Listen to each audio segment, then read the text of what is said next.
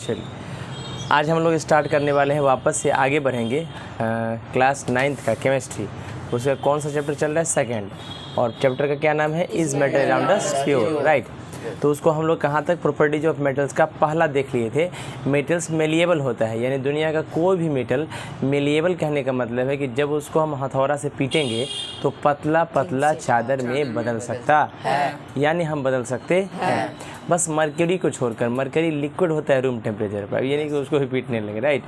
चलिए, metals ductile भी होता है। डक्टाइल का मतलब this means that metal can be drawn और स्ट्रेच्ड इनटू थिन वायर्स, यानी मेटल को आप पतला पतला वायर में कन्वर्ट कर सकते हैं। मेटल को पतला पतला वायर में कन्वर्ट कर सकते हैं। All the metals are not equally ductile भाई, लेकिन सारा मेटल बराबर डक्टाइल नहीं है।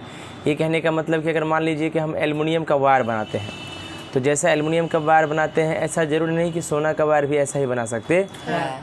सोना एल्युमिनियम से ज़्यादा डक्टाइल होता है, यानी सोना का बहुत ही पतला पतला वायर बना सकते हैं और एल्युमिनियम को उतना ज़्यादा पतला नहीं बना सकते हैं। तो ऐसा नहीं कि हर आदमी का अपना अपना गुण होता है, करैक्टरिस्टिक होता है। तो सारे मेटल्स को भी मतलब सब मेटल डक्टाइल है, सबसे वायर बनता है, लेकिन सब इक्वली डक्टाइल नहीं बनता। सम आर मोर डक्टाइल, कुछ ज़्यादा डक्टाइल होता है दूसरे से। गोल्ड और silver among the best ductile metal, सबसे बेस्टों में बेस्ट कौन है? गोल्ड और सिल्वर। इसीलिए गोल्ड और सिल्वर का आभूषण बनता है, ज्वेलरी वगैरह बनता है। फॉर एग्जाम्पल, मान लो कि just 100 milligram of highly ductile metals like silver can be drawn into a wire about 200 metre long. 100 milligram मतलब 100 mg डक्टाइल मेटल सिल्वर ले लो, मतलब 100 ग्राम सिल्वर ले लो, और उसको उससे अगर तुम वायर में कन्वर्ट करोगे, उसके डक्टिलिटी को चेक करना है, तो 200 मीटर लंबा तार बन सकता है। 200 मीटर लंबा तार बन सकता है, यानी मतलब 200 गुना 5 करोगे, इसका 5 गुना जाओगे तो 1 किलोमीटर डिस्टेंस चल जाओगे।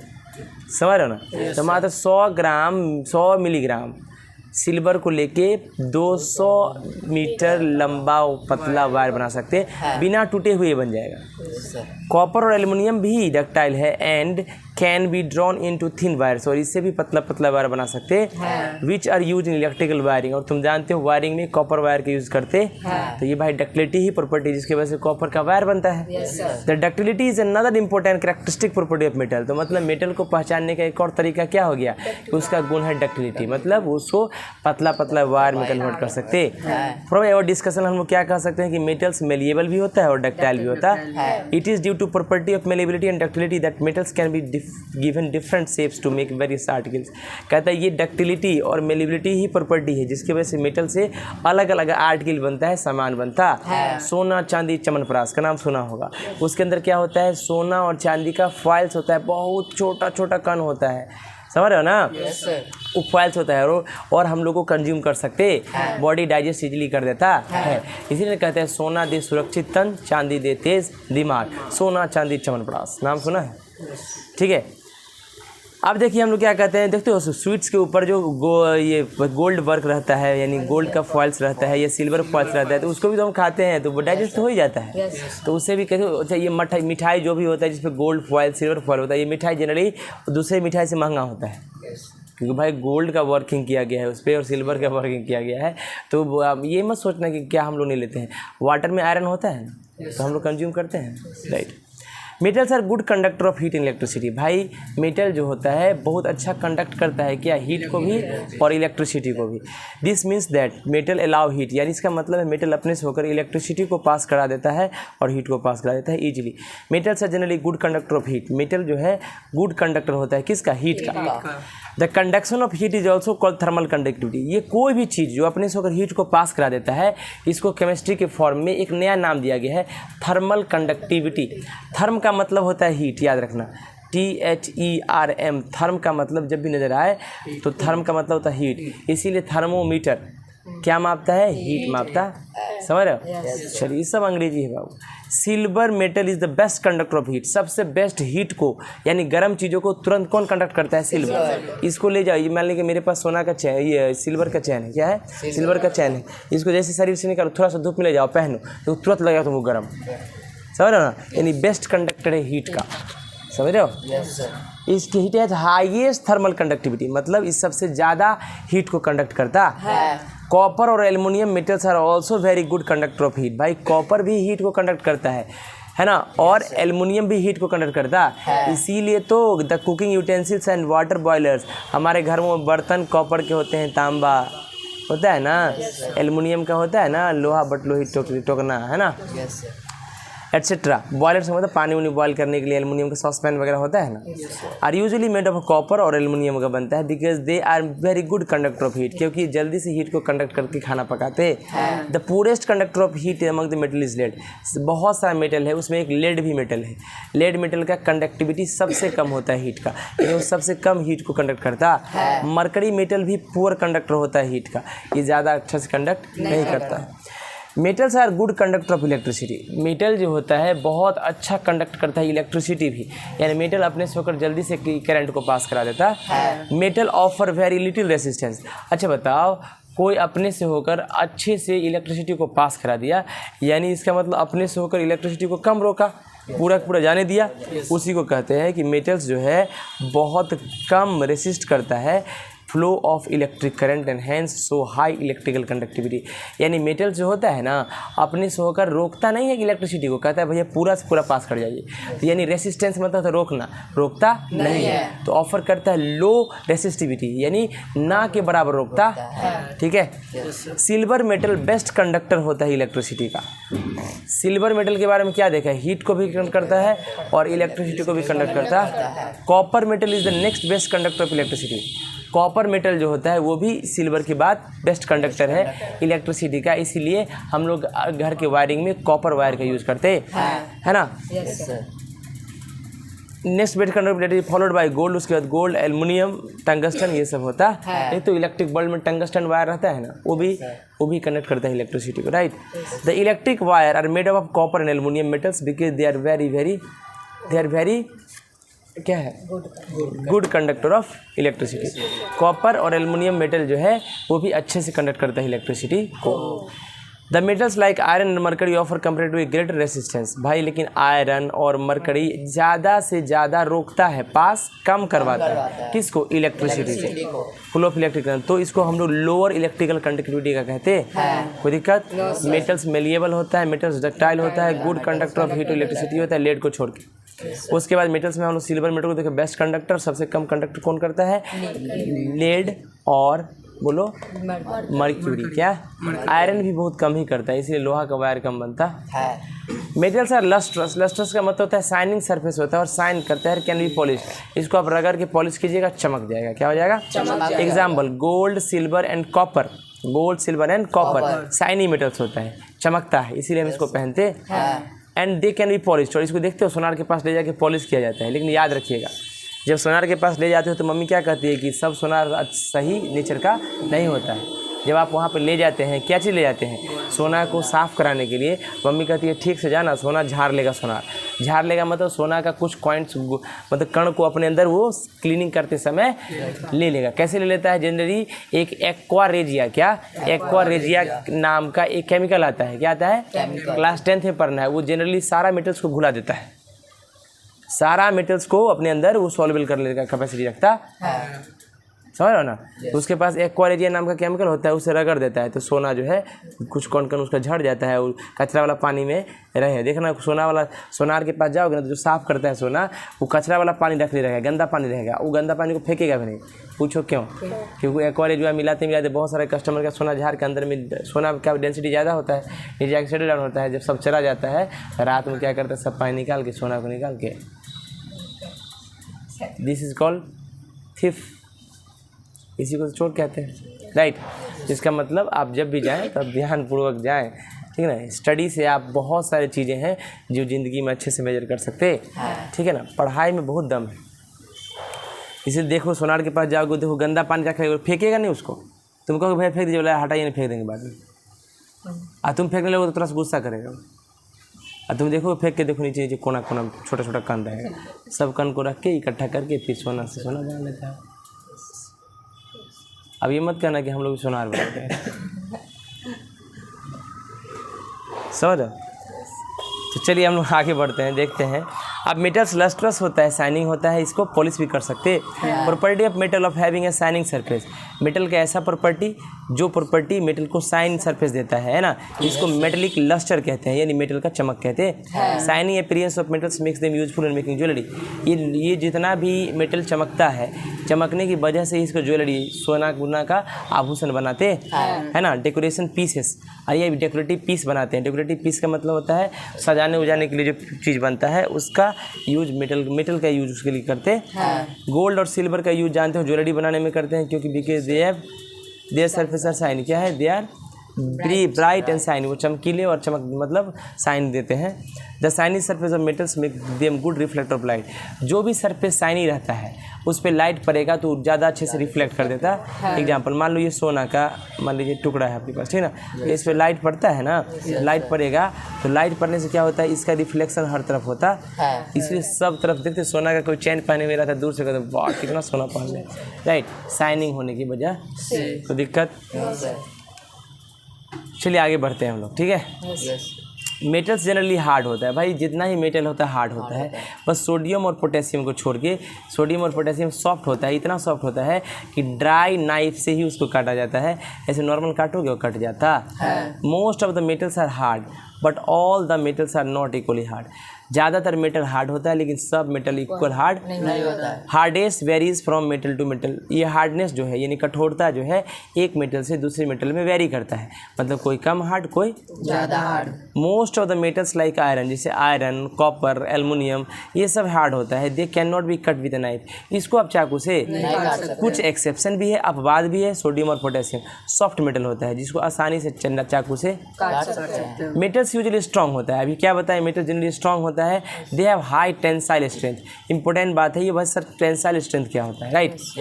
टेंसाइल स्ट्रेंथ का मतलब होता है कि मान लो हमारे पास कोई धागा है, राइट, ऐसे धागा है, राइट, इस धागा को ऐसे सीधा खड़ा कर दिए, खड़ा करने के बाद इसमें कोई भारी चीज़ लटका दिए, तो ये धागा अगर ज़्यादा से ज़्यादा भारी चीज़ों को लटका के रखा और टूटा नहीं, इसी को टेंसाइल स्ट्रेंथ कहते हैं, ठीक है। तो मेटल्स के पास टेंसाइल स्ट्रेंथ होता है। बाहर तुम देख रहे हो 3 को टंगना बना हुआ है, ठीक ना, इस टंगना में सबसे मजबूत टंगना कौन है, जो टंगना, देखिए सबसे मजबूत टंगना कौन है, जो टंगना कैसा है, ज़्यादा तो ज़्यादा वजन उठाए टंगना, ठीक दिख नहीं रहा है यहाँ से, कोई बात नहीं, इसको बाद में देखिए, ठीक है ना। तो जो ज़्यादा वज़न उठा ले और टूटे ना, और अगर मान लीजिए ज़्यादा वजन दे भी तो नीचे तक वो झुक जाए लेकिन टूटे ना, उसके पास टेंसाइल स्ट्रेंथ ज़्यादा है। लेकिन उसके अलावा एक देखो प्लास्टिक की रस्सी का भी टंगना बना हुआ है, राइट, इसको हैंगर कहते हैं, कपड़ा सुखाने के लिए जो लगा हुआ है, उस पर देखो अगर ज़्यादा लोड दिया जाएगा तो वो टूट जाता है बार बार, राइट। इसका मतलब लोहा वाला वायर के पास टेंसाइल स्ट्रेंथ ज़्यादा है, समझ में आ रहा है। चलिए देखिए, this means that metal can hold large weight, इसका टेंसाइल स्ट्रेंथ का मतलब होता है कि मेटल जो है अपने ऊपर ज़्यादा से ज़्यादा वजन को बिना टूटे हुए लटका सकता है। एग्जाम्पल, आयरन मेटल स्टील के फॉर्म में, आयरन से स्टील बनता इज़ वेरी स्ट्रॉन्ग। आयरन किसके फॉर्म में, स्टील के फॉर्म में इतना स्ट्रॉन्ग होता है जिसका हाई टेंसाइल स्ट्रेंथ होता है। क्या होता है, हाई टेंसाइल स्ट्रेंथ होता है, हाई टेंसाइल स्ट्रेंथ होता है। ड्यू टू दिस, इसी वजह से टेंसाइल स्ट्रेंथ ज़्यादा होने की वजह से आयरन मेटल का इस्तेमाल कंस्ट्रक्ट ब्रिज, पुल बनाने के लिए होता है, बिल्डिंग बनाने के लिए होता है, रेलवे लाइंस बनाने के लिए होता है, गर्डर्स, मशीन्स, व्हीकल्स, चेन्स, ये सब चेन बराबर सिक्कड़, चेन, गर्डर्स मतलब ग्रिल वगैरह बनाने होता है। The most of the metals are strong, ज़्यादातर मेटल स्ट्रॉन्ग होता है, बस कुछ ऐसे मेटल होते हैं जो स्ट्रॉन्ग नहीं होता है। जस्ट देखिए सोडियम, पोटेशियम, ये स्ट्रॉन्ग, इनके पास बहुत कम टेंसाइल स्ट्रेंथ है। अब जाओ नॉर्मल चाकू से कट जाएगा, उसे कुछ लटक सकता है, ये संभव नहीं है। तो टेंसाइल स्ट्रेंथ ज़्यादा का मतलब क्या कि आप उसके अंदर हैवी वेट लटका के रख सकते और वो टूटेगा, तो उसको टेंसाइल स्ट्रेंथ कहते हैं।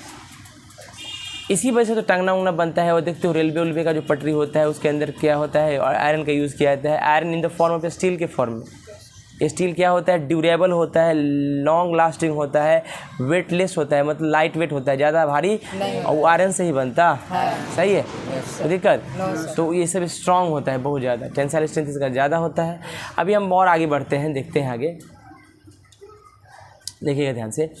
मेटल सॉलिड होता है रूम टेम्परेचर पे। मेटल्स क्या होता है? सॉलिड होता है रूम टेम्परेचर, बस मर्क्यूरी को छोड़ के जो कि लिक्विड होता है। मतलब room temperature 25 degree Celsius temperature standard होता है, इसमें सारा मेटल सॉलिड होता है, बस मर्क्यूरी को। सारे metal iron, copper, aluminium, silver, gold, ये सब सॉलिड है, बस सिर्फ एक मर्क्यूरी लिक्विड होता है। ठीक है। Metal generally high melting point, भाई जो हार्ड होगा उसका फिक्स शेप होगा, उसका कांस्टेंट पार्टिकल नज़दीक होगा, तो हार्ड होगा तो उसका मेल्टिंग बॉइलिंग पॉइंट बहुत ज़्यादा होगा। तो कहता है मेटल्स के पास generally high melting boiling point होता है। इसका मतलब है ज़्यादातर मेटल मेल्ट करता है, पिघलता है या वेपराइज करता है हाई टेम्परेचर। एग्जाम्पल हम बताए थे आयरन का क्या होता है 1535 degree Celsius melting point, right. इसका मतलब होता है सॉलिड आयरन मेल्ट करेगा और बनेगा लिक्विड आयरन। मतलब सॉलिड को लिक्विड आयरन में बनाना चाहते हैं तो 1535 डिग्री सेल्सियस टेम्परेचर देना जो कि काफ़ी ज़्यादा है। On heating to a temperature 1535। Copper के पास भी मेल्टिंग पॉइंट ज़्यादा होता है, 1083 डिग्री सेल्सियस होता है। कुछ एक्सेप्शन है जैसे सोडियम और पोटेशियम, इसके पास बहुत लो मेल्टिंग पॉइंट होता है क्योंकि चाकू से कट जाता है, सॉफ्ट मेटल है, इसका कांस्टेंट पार्टिकल उतना स्ट्रॉन्ग, तो भाई इसमें एनर्जी कम देना पड़ेगा, लगभग 100 डिग्री सेल्सियस दीजिए और ये मतलब मेटल लिक्विड में बदल जाएगा। अनदर मेटल एक गैलियम होता है जो इतना लो मेल्टिंग पॉइंट है इसका कि हाथ में रखो और ये मेल्ट कर जाएगा। ठीक है। जैसे गैलियम को हाथ में रखें और मेल्ट कर जाए। मेटल्स के पास हाई डेंसिटी होता है। डेंसिटी मतलब हम बताए थे डेंसिटी का फॉर्मूला होता है मास पर यूनिट वॉल्यूम। मेटल के पास डेंसिटी ज़्यादा होता है यानी डेंस ज़्यादा होता है, ठीक ना, यानी भारीपन इसमें ज़्यादा होता है। इसका मतलब मेटल्स हैवी सब्सटेंस होता है। एग्जाम्पल ये डेंसिटी आयरन का 7.8 ग्राम पर सेंटीमीटर क्यूब है जो बहुत ज़्यादा होता है। और कुछ एक्सेप्शन है, सोडियम का देख लीजिए बहुत कम डेंसिटी होता है, इसको लाइट मेटल कहते हैं, राइट। क्या कहते हैं? Light metal. मेटल सोनरस होता है। सोनरस का मतलब होता है जब पीटेंगे तो आवाज़ करेगा। This means that metals make a ringing sound when we strike them. मेरे मंदिर में घंटी घंटा, स्कूल में घंटी घंटा हमेशा मेटल का बना रहता है, साइकिल में घंटी घंटा हमेशा मेटल का बना रहता है, गाड़ी में हॉर्न वगैरह भी मेटल का बना रहता है। इसका मतलब मेटल्स को पीटने पर आवाज़ ज़्यादा करता, इसीलिए स्कूल में मेटल में घंटी रहता है मेटल का, मंदिर वगैरह में तो पीटते हैं तो बाजता है, या छोटा मोटा घंटी टन टन टन करता है। इसका मतलब क्या है? वो सब मेटल्स का बना हुआ है, right. It is due to property of sonorousness. ये सोनरसनेस प्रॉपर्टी है मेटल का जिसके वजह से उसका इस्तेमाल बेल घंटी बनाने में, प्लेट टाइप म्यूजिकल यानी मजीरा वगैरह, झाल किरताल मजीरा वगैरह बनाने में होता है। पुराना किताब है किसी के पास? नहीं तो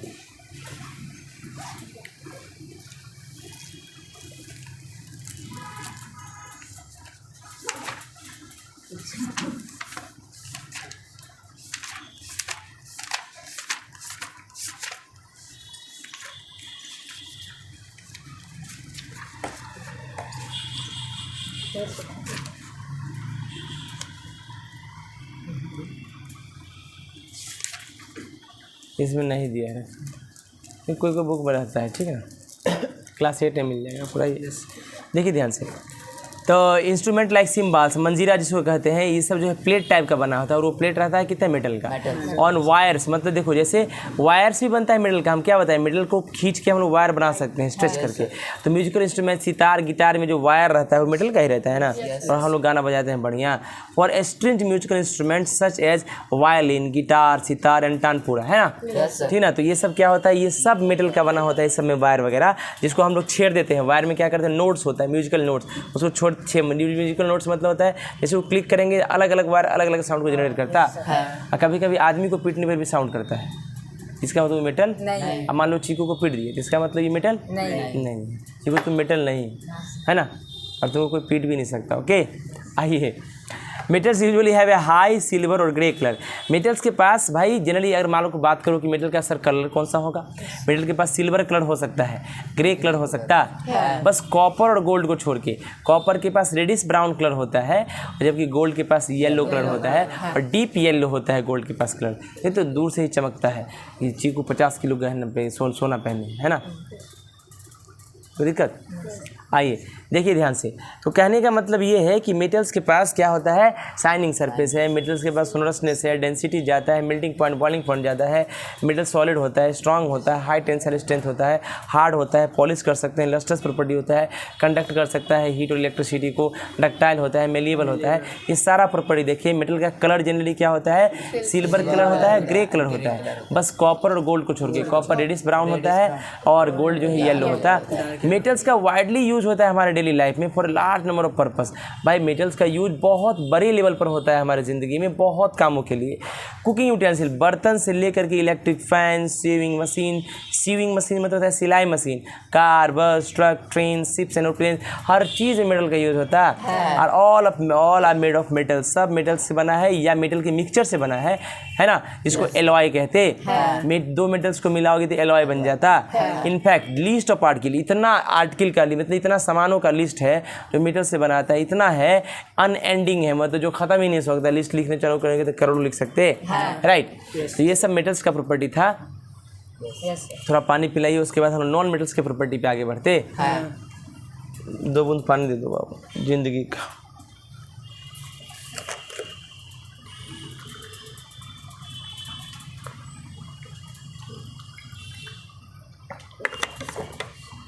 तो मेटल्स का कितना प्रॉपर्टी है, समझ में आ गया?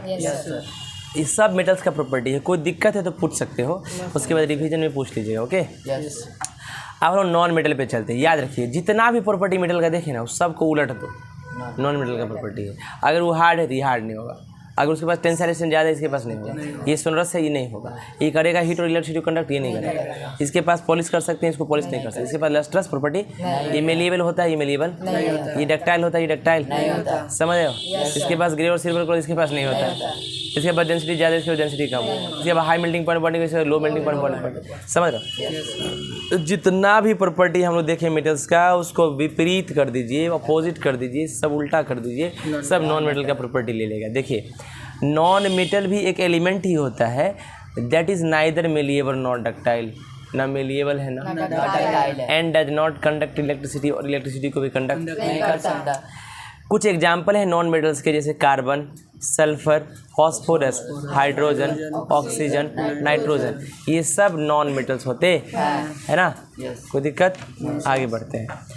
Fluorine, chlorine, bromine, iodine, helium, neon, argon, krypton, xenon, diamond और ग्रेफाइट भी नॉन मेटल होता है, लेकिन ये कार्बन का फॉर्म होता है, मतलब इसके अंदर कार्बन का ही गुण पाया जाता है, इसीलिए इसको एलोट्रॉपिक फॉर्म ऑफ कार्बन कहते हैं। मतलब है कार्बन का ही गुण रखने वाला। ये कोई पीरियोडिक टेबल में डायमंड तो वो कहीं नज़र नहीं आएगा, ग्रेफाइट कहीं नज़र नहीं आएगा, तो नज़र सिर्फ क्या आएगा, कार्बन, जो कि 6 नंबर पे मौजूद है। क्या आपके पास पीरियोडिक टेबल है? तो दिखाइए, देखिए पीरियोडिक टेबल। इस पीरियोडिक टेबल में देखिए कार्बन जो है हमारा बेचारा 6 नंबर पे है, देखिए है ना। कार्बन कितना नंबर पे है? 6 नंबर पे है। तो ये कार्बन का एलोट्रॉपिक फॉर्म होता है डायमंड और ग्रेफाइट। अब आप कहीं भी डायमंड और ग्रेफाइट ढूंढिएगा, आपको नहीं मिलेगा। ढूंढने से तो भगवान मिल ही जाते हैं, लेकिन ये डायमंड और ग्रेफाइट नहीं मिलेगा। कहाँ मिलेगा? ये कार्बन के अंदर मिलता है, ठीक है। इसे इसको एलोट्रॉपिक फॉर्म बोलते। कोई दिक्कत, कोई तकलीफ, कोई समस्या?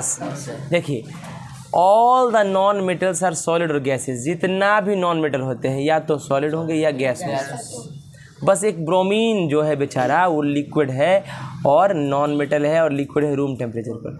तो सारा मेटल सॉलिड था, बस मर्क्यूरी को छोड़ के जो लिक्विड था।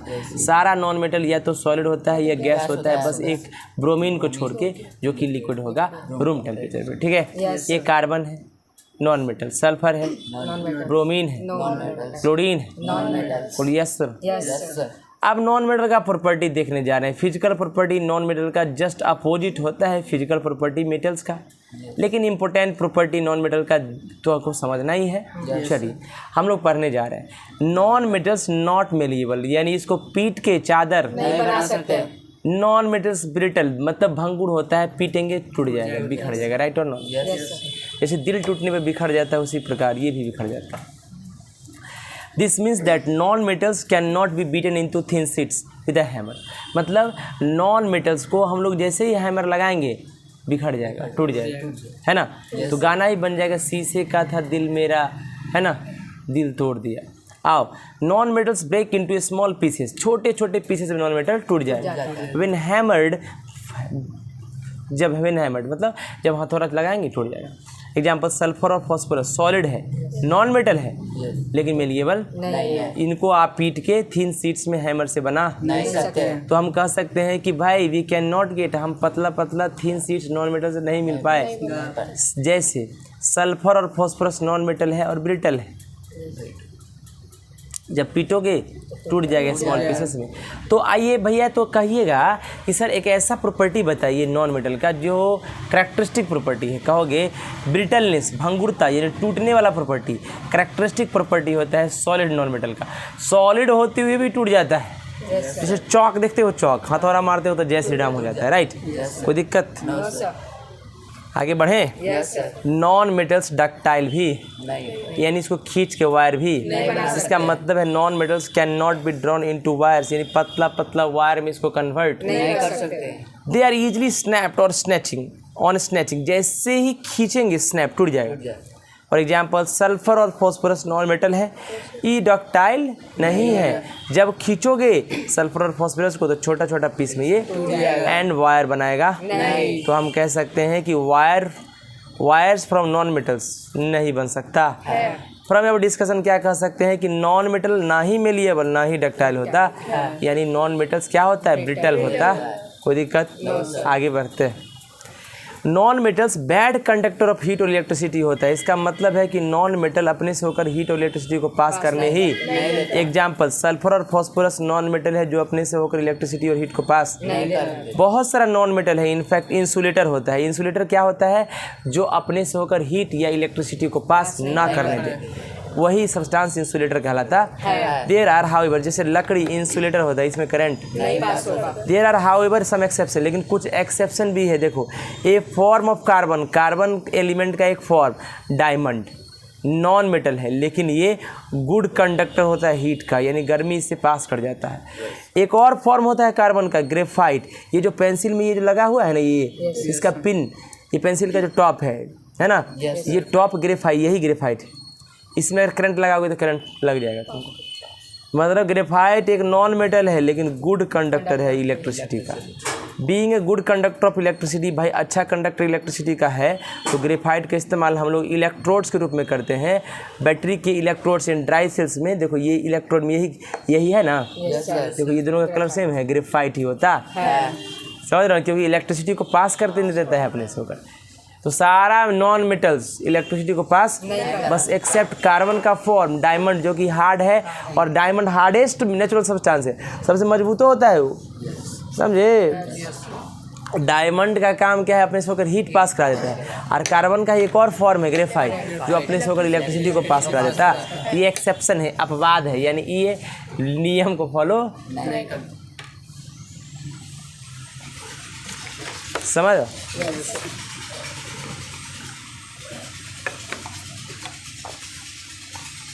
आगे बढ़ते हैं हम लोग, राइट। देखिए, नॉन मेटल नॉट लस्ट्रस, यानी ये चमकदार, they are dull in appearance, वो भद्दा लगता है दिखने में। देखो कहता है non metals do not have luster, चमक नहीं था, इसका मतलब सारे non metals do not have a shining surface, इनका शाइनिंग सरफेस।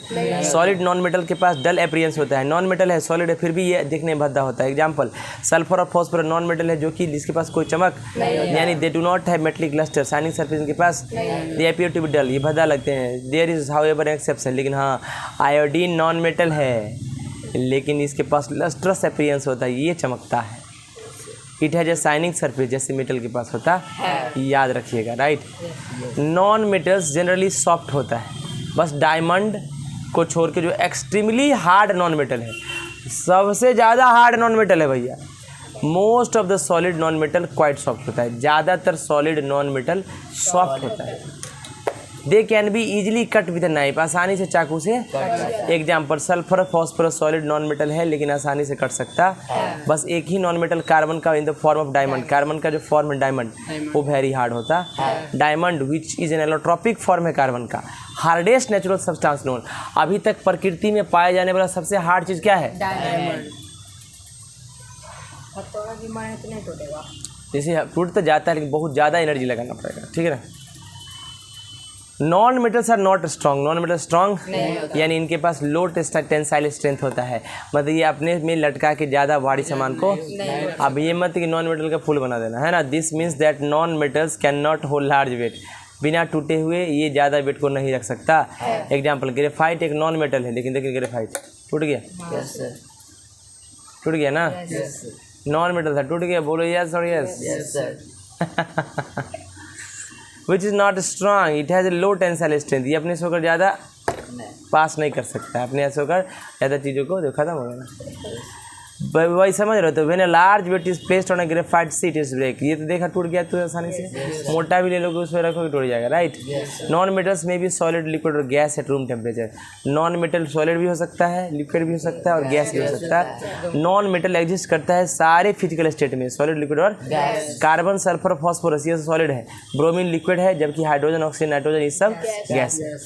नॉन मेटल्स के पास comparative low melting point, boiling point होता है, बस ग्रेफाइट को छोड़ के, जिसके पास वेरी हाई मेल्टिंग पॉइंट होता है, मतलब नॉन मेटल के पास low melting point, boiling point कम होता है, ग्रेफाइट के पास सबसे ज़्यादा होता है। इसका मतलब है non metal melt and vaporise, melt भी कर जाता है और वेपराइज भी कर जाता है लो टेम्परेचर पे। एग्जांपल सल्फर देखो लो मेल्टिंग पॉइंट 119 डिग्री सेल्सियस है मात्र, बस एक नॉन मेटल ग्रेफाइट है जिसका 3700 डिग्री सेल्सियस मेल्टिंग पॉइंट होता है। मेजॉरिटी ऑफ ज़्यादातर नॉन मेटल के पास बहुत कम बॉइलिंग पॉइंट होता है, जिसकी वजह से वो गैस में ही रहता है रूम टेम्परेचर, जैसे ऑक्सीजन। इसको आप शार्प करके लाओ, पीछे का शार्पनर रखा हुआ होंगी, जाओ रौनक साफ करके लाओ बाईपास को पट्टी से।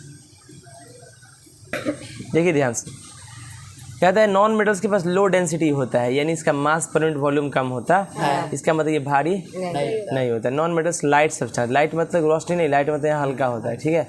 एग्जांपल सल्फर एक सॉलिड नॉन मेटल है जिसका लो डेंसिटी है 2 ग्राम पर सेंटीमीटर क्यूब, जो कि बहुत ज़्यादा लो है। डेंसिटी जो है गैसियस नॉन मेटल का बहुत लो होता है। वन नॉन मेटल एक आयोडीन नॉन मेटल है जिसके पास डेंसिटी ज़्यादा होता है। तब ना देखते हो समुद्र के पानी के अंदर सेटल डाउन हो जाता है क्या, आयोडीन, यानी आयोडीन तो कंपाउंड है, वो तो नमक होता है, ठीक ना। आयोडीन जनरली पानी में रखोगे ना तो सेटल डाउन हो जाएगा, उसका शायद डेंसिटी ज़्यादा होता है। एक सेकंड हम चेक कर लेते हैं, राइट। कुछ भी गलत नहीं बोलना चाहिए, will have to check.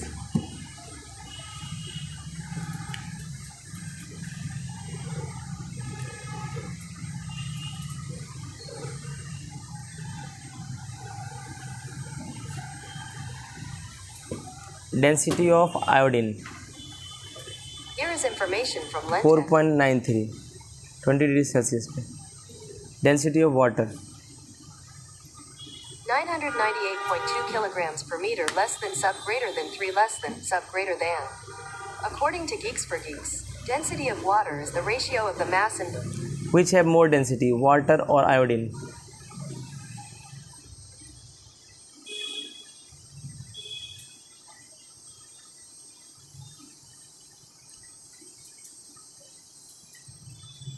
Density of water in gram per ml 998.2 kilograms per meter, less than, gram sub पर greater लीटर में than कितना 3, है less इसका, than, sub greater than. 0.999 मान लो ग्राम per ml, ratio of the mass and volume of the water. Density of iodine in gram per ml।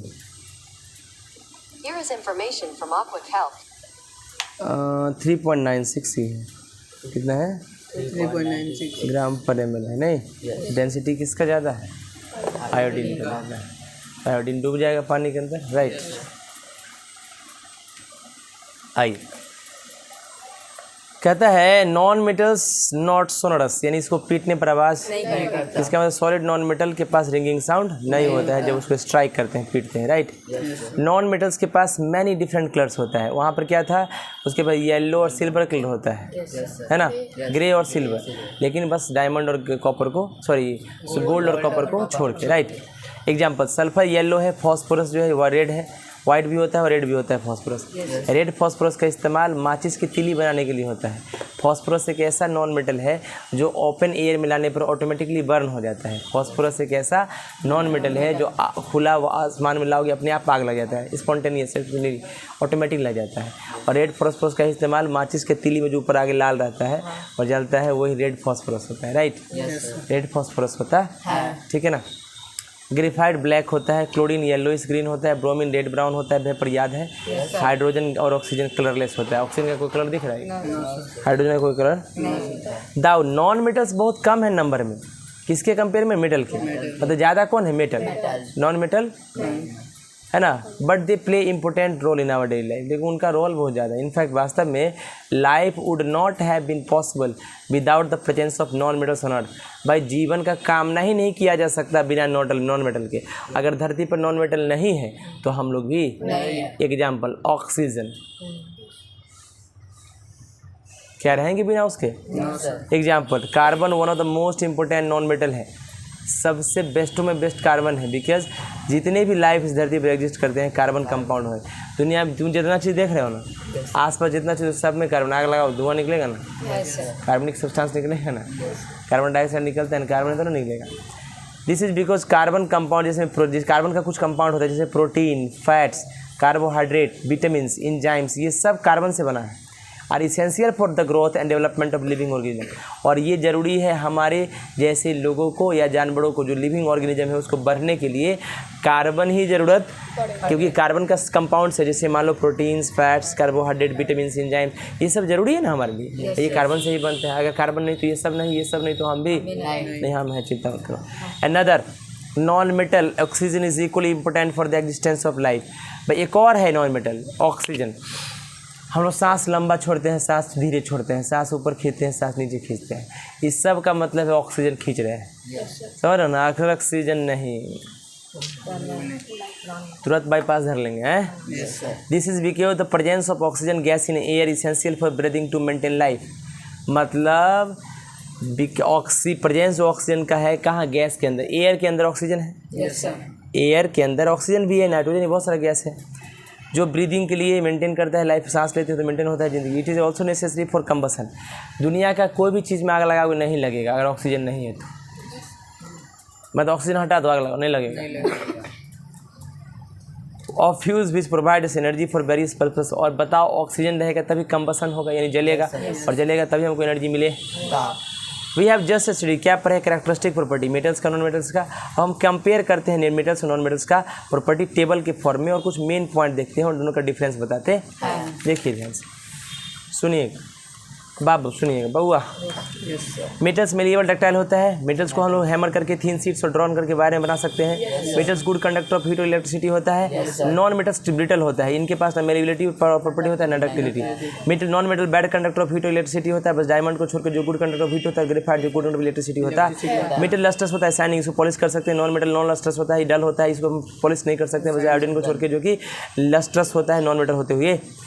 Metal solid होता है room temperature, बस mercury को छोड़ के लिक्विड है। नॉन मेटल भी सॉलिड, लिक्विड और गैस हो सकता है। वो जानते हो ब्रोमीन क्या होता है? लिक्विड होता है, राइट। मेटल्स के पास स्ट्रॉन्ग और टफ होता है, इसके पास टेंसिल स्ट्रेंथ ज़्यादा होता है। नॉन मेटल नहीं स्ट्रॉन्ग होता है, इसके पास टेंसिल स्ट्रेंथ। मेटल सोनोरस होता है, पीट रिंगिंग साउंड होता है, लेकिन नॉन मेटल सोनोरस। बोलो yes. Element can be identify being metal non metal by comparing it's property. कोई भी एलिमेंट को आप बता सकते हैं मेटल है कि नॉन मेटल, उसके कंपेयर करके क्या प्रॉपर्टी को, राइट। जनरल प्रॉपर्टी मेटल को नॉन मेटल का आप देखे हैं। While doing so we should however keep the various exception to the general property of metals. लेकिन हाँ, जब ऐसा करेंगे तो आप याद रखिए कुछ एक्सेप्शन भी है, उसको याद रखिएगा, है ना। मेटल्स और नॉन मेटल्स के माइंड में रखिएगा और आंसर दे सकते हैं आप क्वेश्चन का। मेटलॉइड्स क्या है? There are few metals, there are few elements, कुछ ऐसे एलिमेंट्स होते हैं विच शो, वो शो करते हैं प्रॉपर्टी मेटल का भी और नॉन मेटल का भी।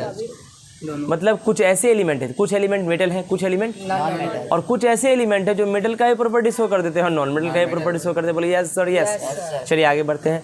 Example, they look like metal, दिखेंगे मेटल की तरह लेकिन होंगे ब्रिटल, नॉन मेटल की तरह। भैया गजब आए। They are neither the conductor, ना ही कंडक्ट करेंगे इलेक्ट्रिसिटी को मेटल की तरह और ना ही इंसुलेटर की तरह नॉन मेटल का काम करेंगे। They are neither conductor of electricity like metal, metal जैसे कंडक्ट करता है इलेक्ट्रिसिटी को, तो मेटलॉइड ना ही मेटल की तरह कंडक्ट करेगा इलेक्ट्रिसिटी। और नॉन मेटल का काम क्या है? इंसुलेटर का। और ना ही इंसुलेटर लाइक नॉन मेटल, ये इंसुलेटर भी नहीं होगा नॉन मेटल की तरह। गजब, मतलब क्या चाहता है तो। दे आर सेमी कंडक्टर, तो ये सेमी कंडक्टर्स होते हैं, थोड़ा करेगा थोड़ा नहीं। बोलो ना ज़्यादा ना कम, बबल गम खाओगे? The elements which show some property of metals are some other property of non metals are called metalloids. ऐसा एलिमेंट जो कुछ प्रॉपर्टी मेटल का शो करता है और कुछ प्रॉपर्टी नॉन मेटल का, मेटलॉइड्स कहलाता है। Their property intermediate between the property of metals and non metal. इनका प्रॉपर्टी मेटल्स के प्रॉपर्टी और नॉन मेटल्स के प्रॉपर्टी के इंटरमीडिएट बीच में होता है। कोई दिक्कत? मेटलॉइड्स कौन कौन होते हैं भाई? कुछ मेटलॉइड्स को हम लोग सेमी मेटल्स भी कह देते हैं, सॉरी कुछ नहीं, मेटलॉइड्स को हम लोग सेमी मेटल्स कहते हैं। कुछ इंपोर्टेंट एग्जांपल है मेटलॉइड्स के, बोरॉन, क्या? सिलिकॉन, जर्मेनियम, ये तीनों जो है ना ये है सेमी मेटल्स यानी मेटलॉइड्स। इन तीनों का प्रॉपर्टी न मेटल की तरह होगा न नॉन मेटल का, दोनों का बीच का होगा, है ना? क्या हम लोग ने कहा था? एग्जाम्पल देखिए है ना, मेटल्स कुछ for example they look like metal, metal की तरह दिखते हैं लेकिन होते हैं नॉन मेटल की तरह ब्रिटल। ना ही कंडक्ट करते हैं इलेक्ट्रिसिटी को मेटल की तरह, ना इंसुलेट करते हैं नॉन मेटल की तरह। ये सेमी कंडक्टर्स कहलाते हैं। जो एलिमेंट कुछ प्रॉपर्टी मेटल का शो करते हैं, कुछ प्रॉपर्टी नॉन मेटल का शो करते हैं, उसको मेटलॉइड कहते हैं। उनका प्रॉपर्टी मेटल और नॉन मेटल के बीच में होता है। मेटलॉइड्स को हम लोग सेमी मेटल्स भी कहते हैं। एग्जांपल है बोरॉन, सिलिकॉन और जर्मेनियम। कोई दिक्कत? आगे हम लोग मिक्सचर्स देखने जा रहे हैं। क्या देखने जा रहे हैं? मिक्सचर एक सब्सटेंस होता है विच कंसिस्ट, जो अपने अंदर क्या रखता है? दो या दो से ज़्यादा एलिमेंट या कंपाउंड को नॉट केमिकली कंबाइंड टुगेदर। मतलब मिक्सचर क्या होता है? मिक्सचर एक सब्सटेंस है जिसके अंदर क्या होता है? दो या दो से ज़्यादा एलिमेंट को आप मिला दो या कंपाउंड को मिला दो, लेकिन केमिकली नहीं। आग मत लगाइएगा, रिएक्शन नहीं कराइएगा, मिला दीजिए बस। मान लो हम सल्फर हमारे पास है और फॉस्फोरस हमारे पास है, दोनों पाउडर को मिला के रख दिए, हो गया मिक्सचर। बोलो, आग नहीं लगाइएगा, आग लगे तो रिएक्शन ना हो जाएगा, तो वो नहीं कीजिए। मिक्सचर बना रहे हैं, मिक्सचर होता है फिजिकल प्रॉपर्टी के हिसाब से। समझ रहे बात को? आइए फॉर एग्जांपल हवा भी मिक्सचर है। इसके अंदर ऑक्सीजन है, नाइट्रोजन है, कार्बन डाइऑक्साइड है, बहुत सारा गैसेस है। एग्जाम्पल एयर एक मिक्सचर है, कैसे गैसेस का? Oxygen, nitrogen, argon, carbon dioxide, water vapour भी इसमें हो जाता है। ग्लास टम्बलर वाटर वेपर याद है? The various gases of air are not chemically combined. लेकिन अच्छा क्या इसमें आग लगा है? ये केमिकली कंबाइन है? नहीं, फिजिकली कंबाइन है। सही है? With one another. Similarly gun powder, बारूद, क्या? बारूद। Gun powder is a mixture of potassium nitrate. इसके अंदर क्या होता है? Potassium nitrate. बारूद के अंदर क्या होता है? Potassium nitrate. Sulphur, charcoal, charcoal is a form of carbon. Charcoal कोयले को कहते हैं भाई। लकड़ी जर कोयला भयो, कोयला जर भयो राख। नहीं समझे? लकड़ी को जलाते हो, सॉरी इसको क्या बोलते हैं, हाँ, लकड़ी को जलाने के बाद भी कोयला बनता है, उसी को चारकोल कहते हैं, है ना?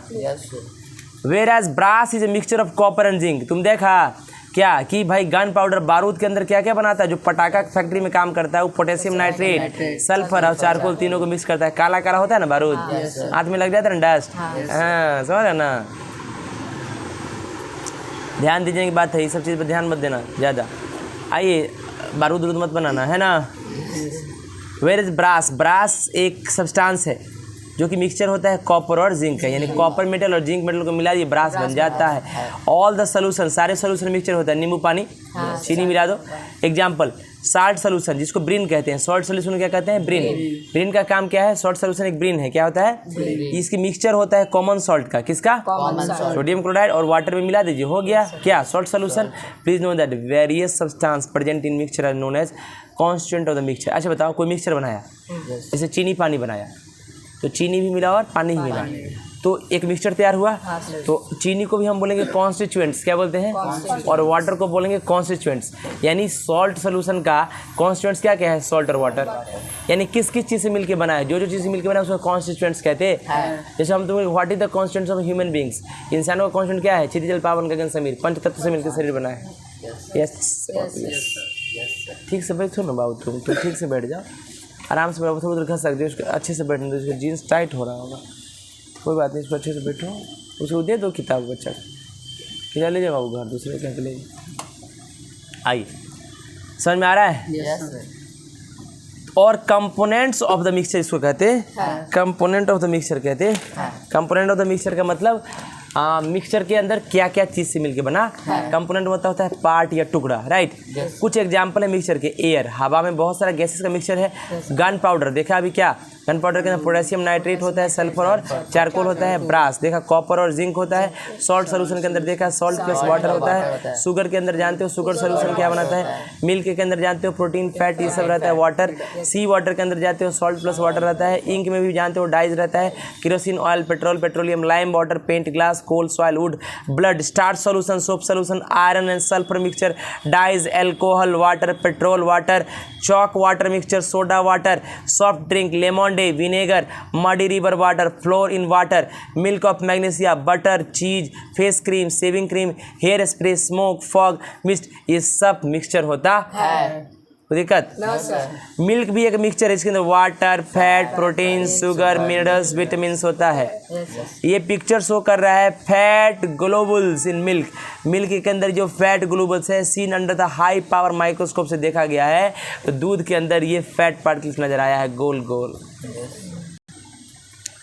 मिक्सचर का टाइप, मिक्सचर दो तरह का होता है, एक होता है होमोजेनियस मिक्सचर, हेट्रोजेनियस मिक्सचर। होमो मतलब होता है सेम, हेट्रो मतलब होता है अलग अलग। होमो का मतलब जब मिलाओगे सब सेम मिल जाएगा, पता ही नहीं चलेगा कौन क्या है। जैसे वाटर और शुगर मिलाते हो तो ऐसा होता है, पहला घूंट लेते हो तो मीठा लगता है, 12वां घूंट लेते हो तो फिर मीठा लगता है, बीच का 10, 12, 11 घूंट गया गायब, खट्टा लगता है, ऐसा रहता है, उसको होमोजेनियस मिक्सचर बोलते हैं, ठीक है ना।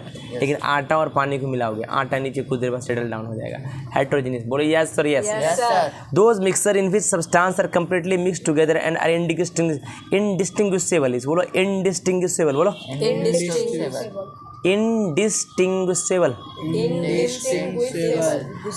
form और another are called homogeneous mixture। मतलब ऐसा मिक्सचर जिसमें सब्सटेंस कंप्लीटली मिक्स हो जाता है, और indistinguishable मतलब होता है उस दोनों को आप अलग अलग नहीं कर सकते हैं एक दूसरे से, इसको होमोजेनियस मिक्सचर कहते हैं। Homogeneous mixture has a uniform composition.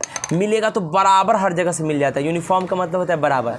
Uniform school uniform होता है ना, स्कूल में यूनिफॉर्म क्यों होता है कि सारा बच्चा एक स्कूल का एक ही जैसा लगता है। मतलब यूनि का मतलब होता है सेम, फॉर का मतलब कपड़ा, यानी एक ही जैसा सब दिखता है ना स्कूल का।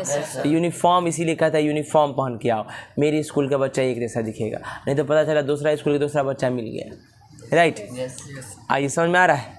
होमोजेनियस मिक्सर में यूनिफॉर्म कंपोजिशन होता है थ्रू आउट मास। मतलब जैसे भी मिक्स होगा ना पूरे मास में, यानी पूरे बॉडी में जो मिलेगा कोई चीज़ दूसरा पूरा बराबर मिलेगा। It has no visible boundaries और सेपरेशन बिटवीन द कंस्टिट्यूएंट्स। यानी जैसे मान लो कि हम नमक, चीनी है और पानी है, चीनी पानी को मिक्स करेंगे, ऐसा दिखाई देता है कि यहाँ से नीचे चीनी है, यहाँ से ऊपर पानी है,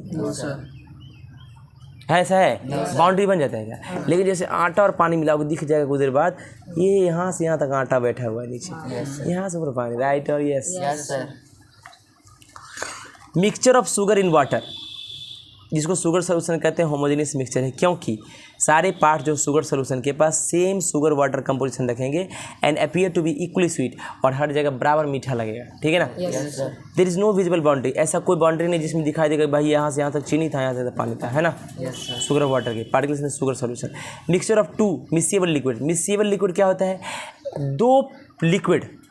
दो लिक्विड को आपस में मिला दो, अब मिल गया अच्छे से, तो इसको मिक्सिएबल लिक्विड कहते हैं। मान लो कभी दारू देखा होगा तुम, दारू अल्कोहल, दारू जब देखते हो तो तुम देखते हो कि कोई दारू पापा पीते होंगे, चाचा कोई पीते होंगे, तो दारू और पानी को मिलाते, ऐसा होता है कि दारू अलग नजर आता है पानी अलग, ऐसा नहीं है। तो पता चला कि दारू पी लिया पानी नहीं पिया कोई, राइट। तो वो दोनों लिक्विड क्या है, मिक्सिएबल लिक्विड है, यानी दोनों अच्छे से होमोजेनियसली मिल जाता। तो क्या कहता है, miscible liquids is also a homogeneous mixture, ये भी होमोजेनियस होता है। Example, a mixture alcohol and water. बोला आइए गया, एल्कोहल वाटर होमोजेनियस मिक्सचर होता है, इसका मतलब ये दोनों बराबर मिलेगा। दारू मारोगे कभी, कभी दारू मत पीना, we should never have alcohols, okay. कभी दारू नहीं पीना चाहिए, गलत चीज़ों से हमेशा दूर रहें, समझ रहे हैं ना। Unpolluted air is a homogeneous mixture of gases. मतलब अनपॉल्यूटेड, जिस हवा में प्रदूषण ना हो वो भी होमोजेनियस है। ऐसा है क्या, यहाँ से नाइट्रोजन पकड़ लिए, इधर ऑक्सीजन आता है, ऐसा है क्या, ऐसा नहीं ना है, ऐसा नहीं होता है। हर जगह बराबर नाक में सब घुसता है, अब शरीर फिल्टर करके अपना लेता है कि जो खींचने का है, ऐसा नहीं ना बाबू, ठीक है। इसका मतलब है कि भैया वो भी हो, लेकिन अनपॉल्यूटेड। अब पॉल्यूटेड में क्या होगा, डस्ट पार्टिकल घुस जाएगा ना, तो कहीं डस्ट पार्टिकल ज़्यादा, कहीं कम, ज़्यादा ना कम, बबल कम, क्या हो गए। आगे बढ़ें।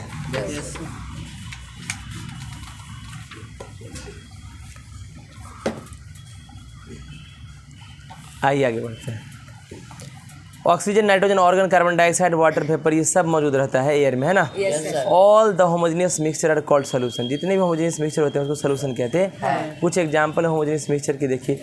Sugar solution, salt solution, copper sulphate solution, sea water, alcohol water mixture, petrol and oil mixture, soda water, soft drink, lemonade, vinegar, brass, air, kerosene, petrol. Please note that kerosene और petrol जो है single substance are not single substance. Petrol kerosene अलग है, petrol अलग है। They are mixture of various compound. इनके अंदर बहुत सारे कंपाउंड का मिक्सचर होता है। कार्बन और हाइड्रोजन, जिसको हाइड्रोकार्बन्स कहते हैं, ठीक है ना। कोई दिक्कत? Those mixture hydrocarbons,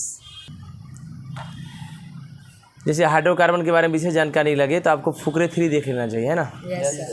Those mixtures in which the substances remain separate and one substance is spread throughout the other substance as small particle, droplets और bubbles are called heterogeneous mixture।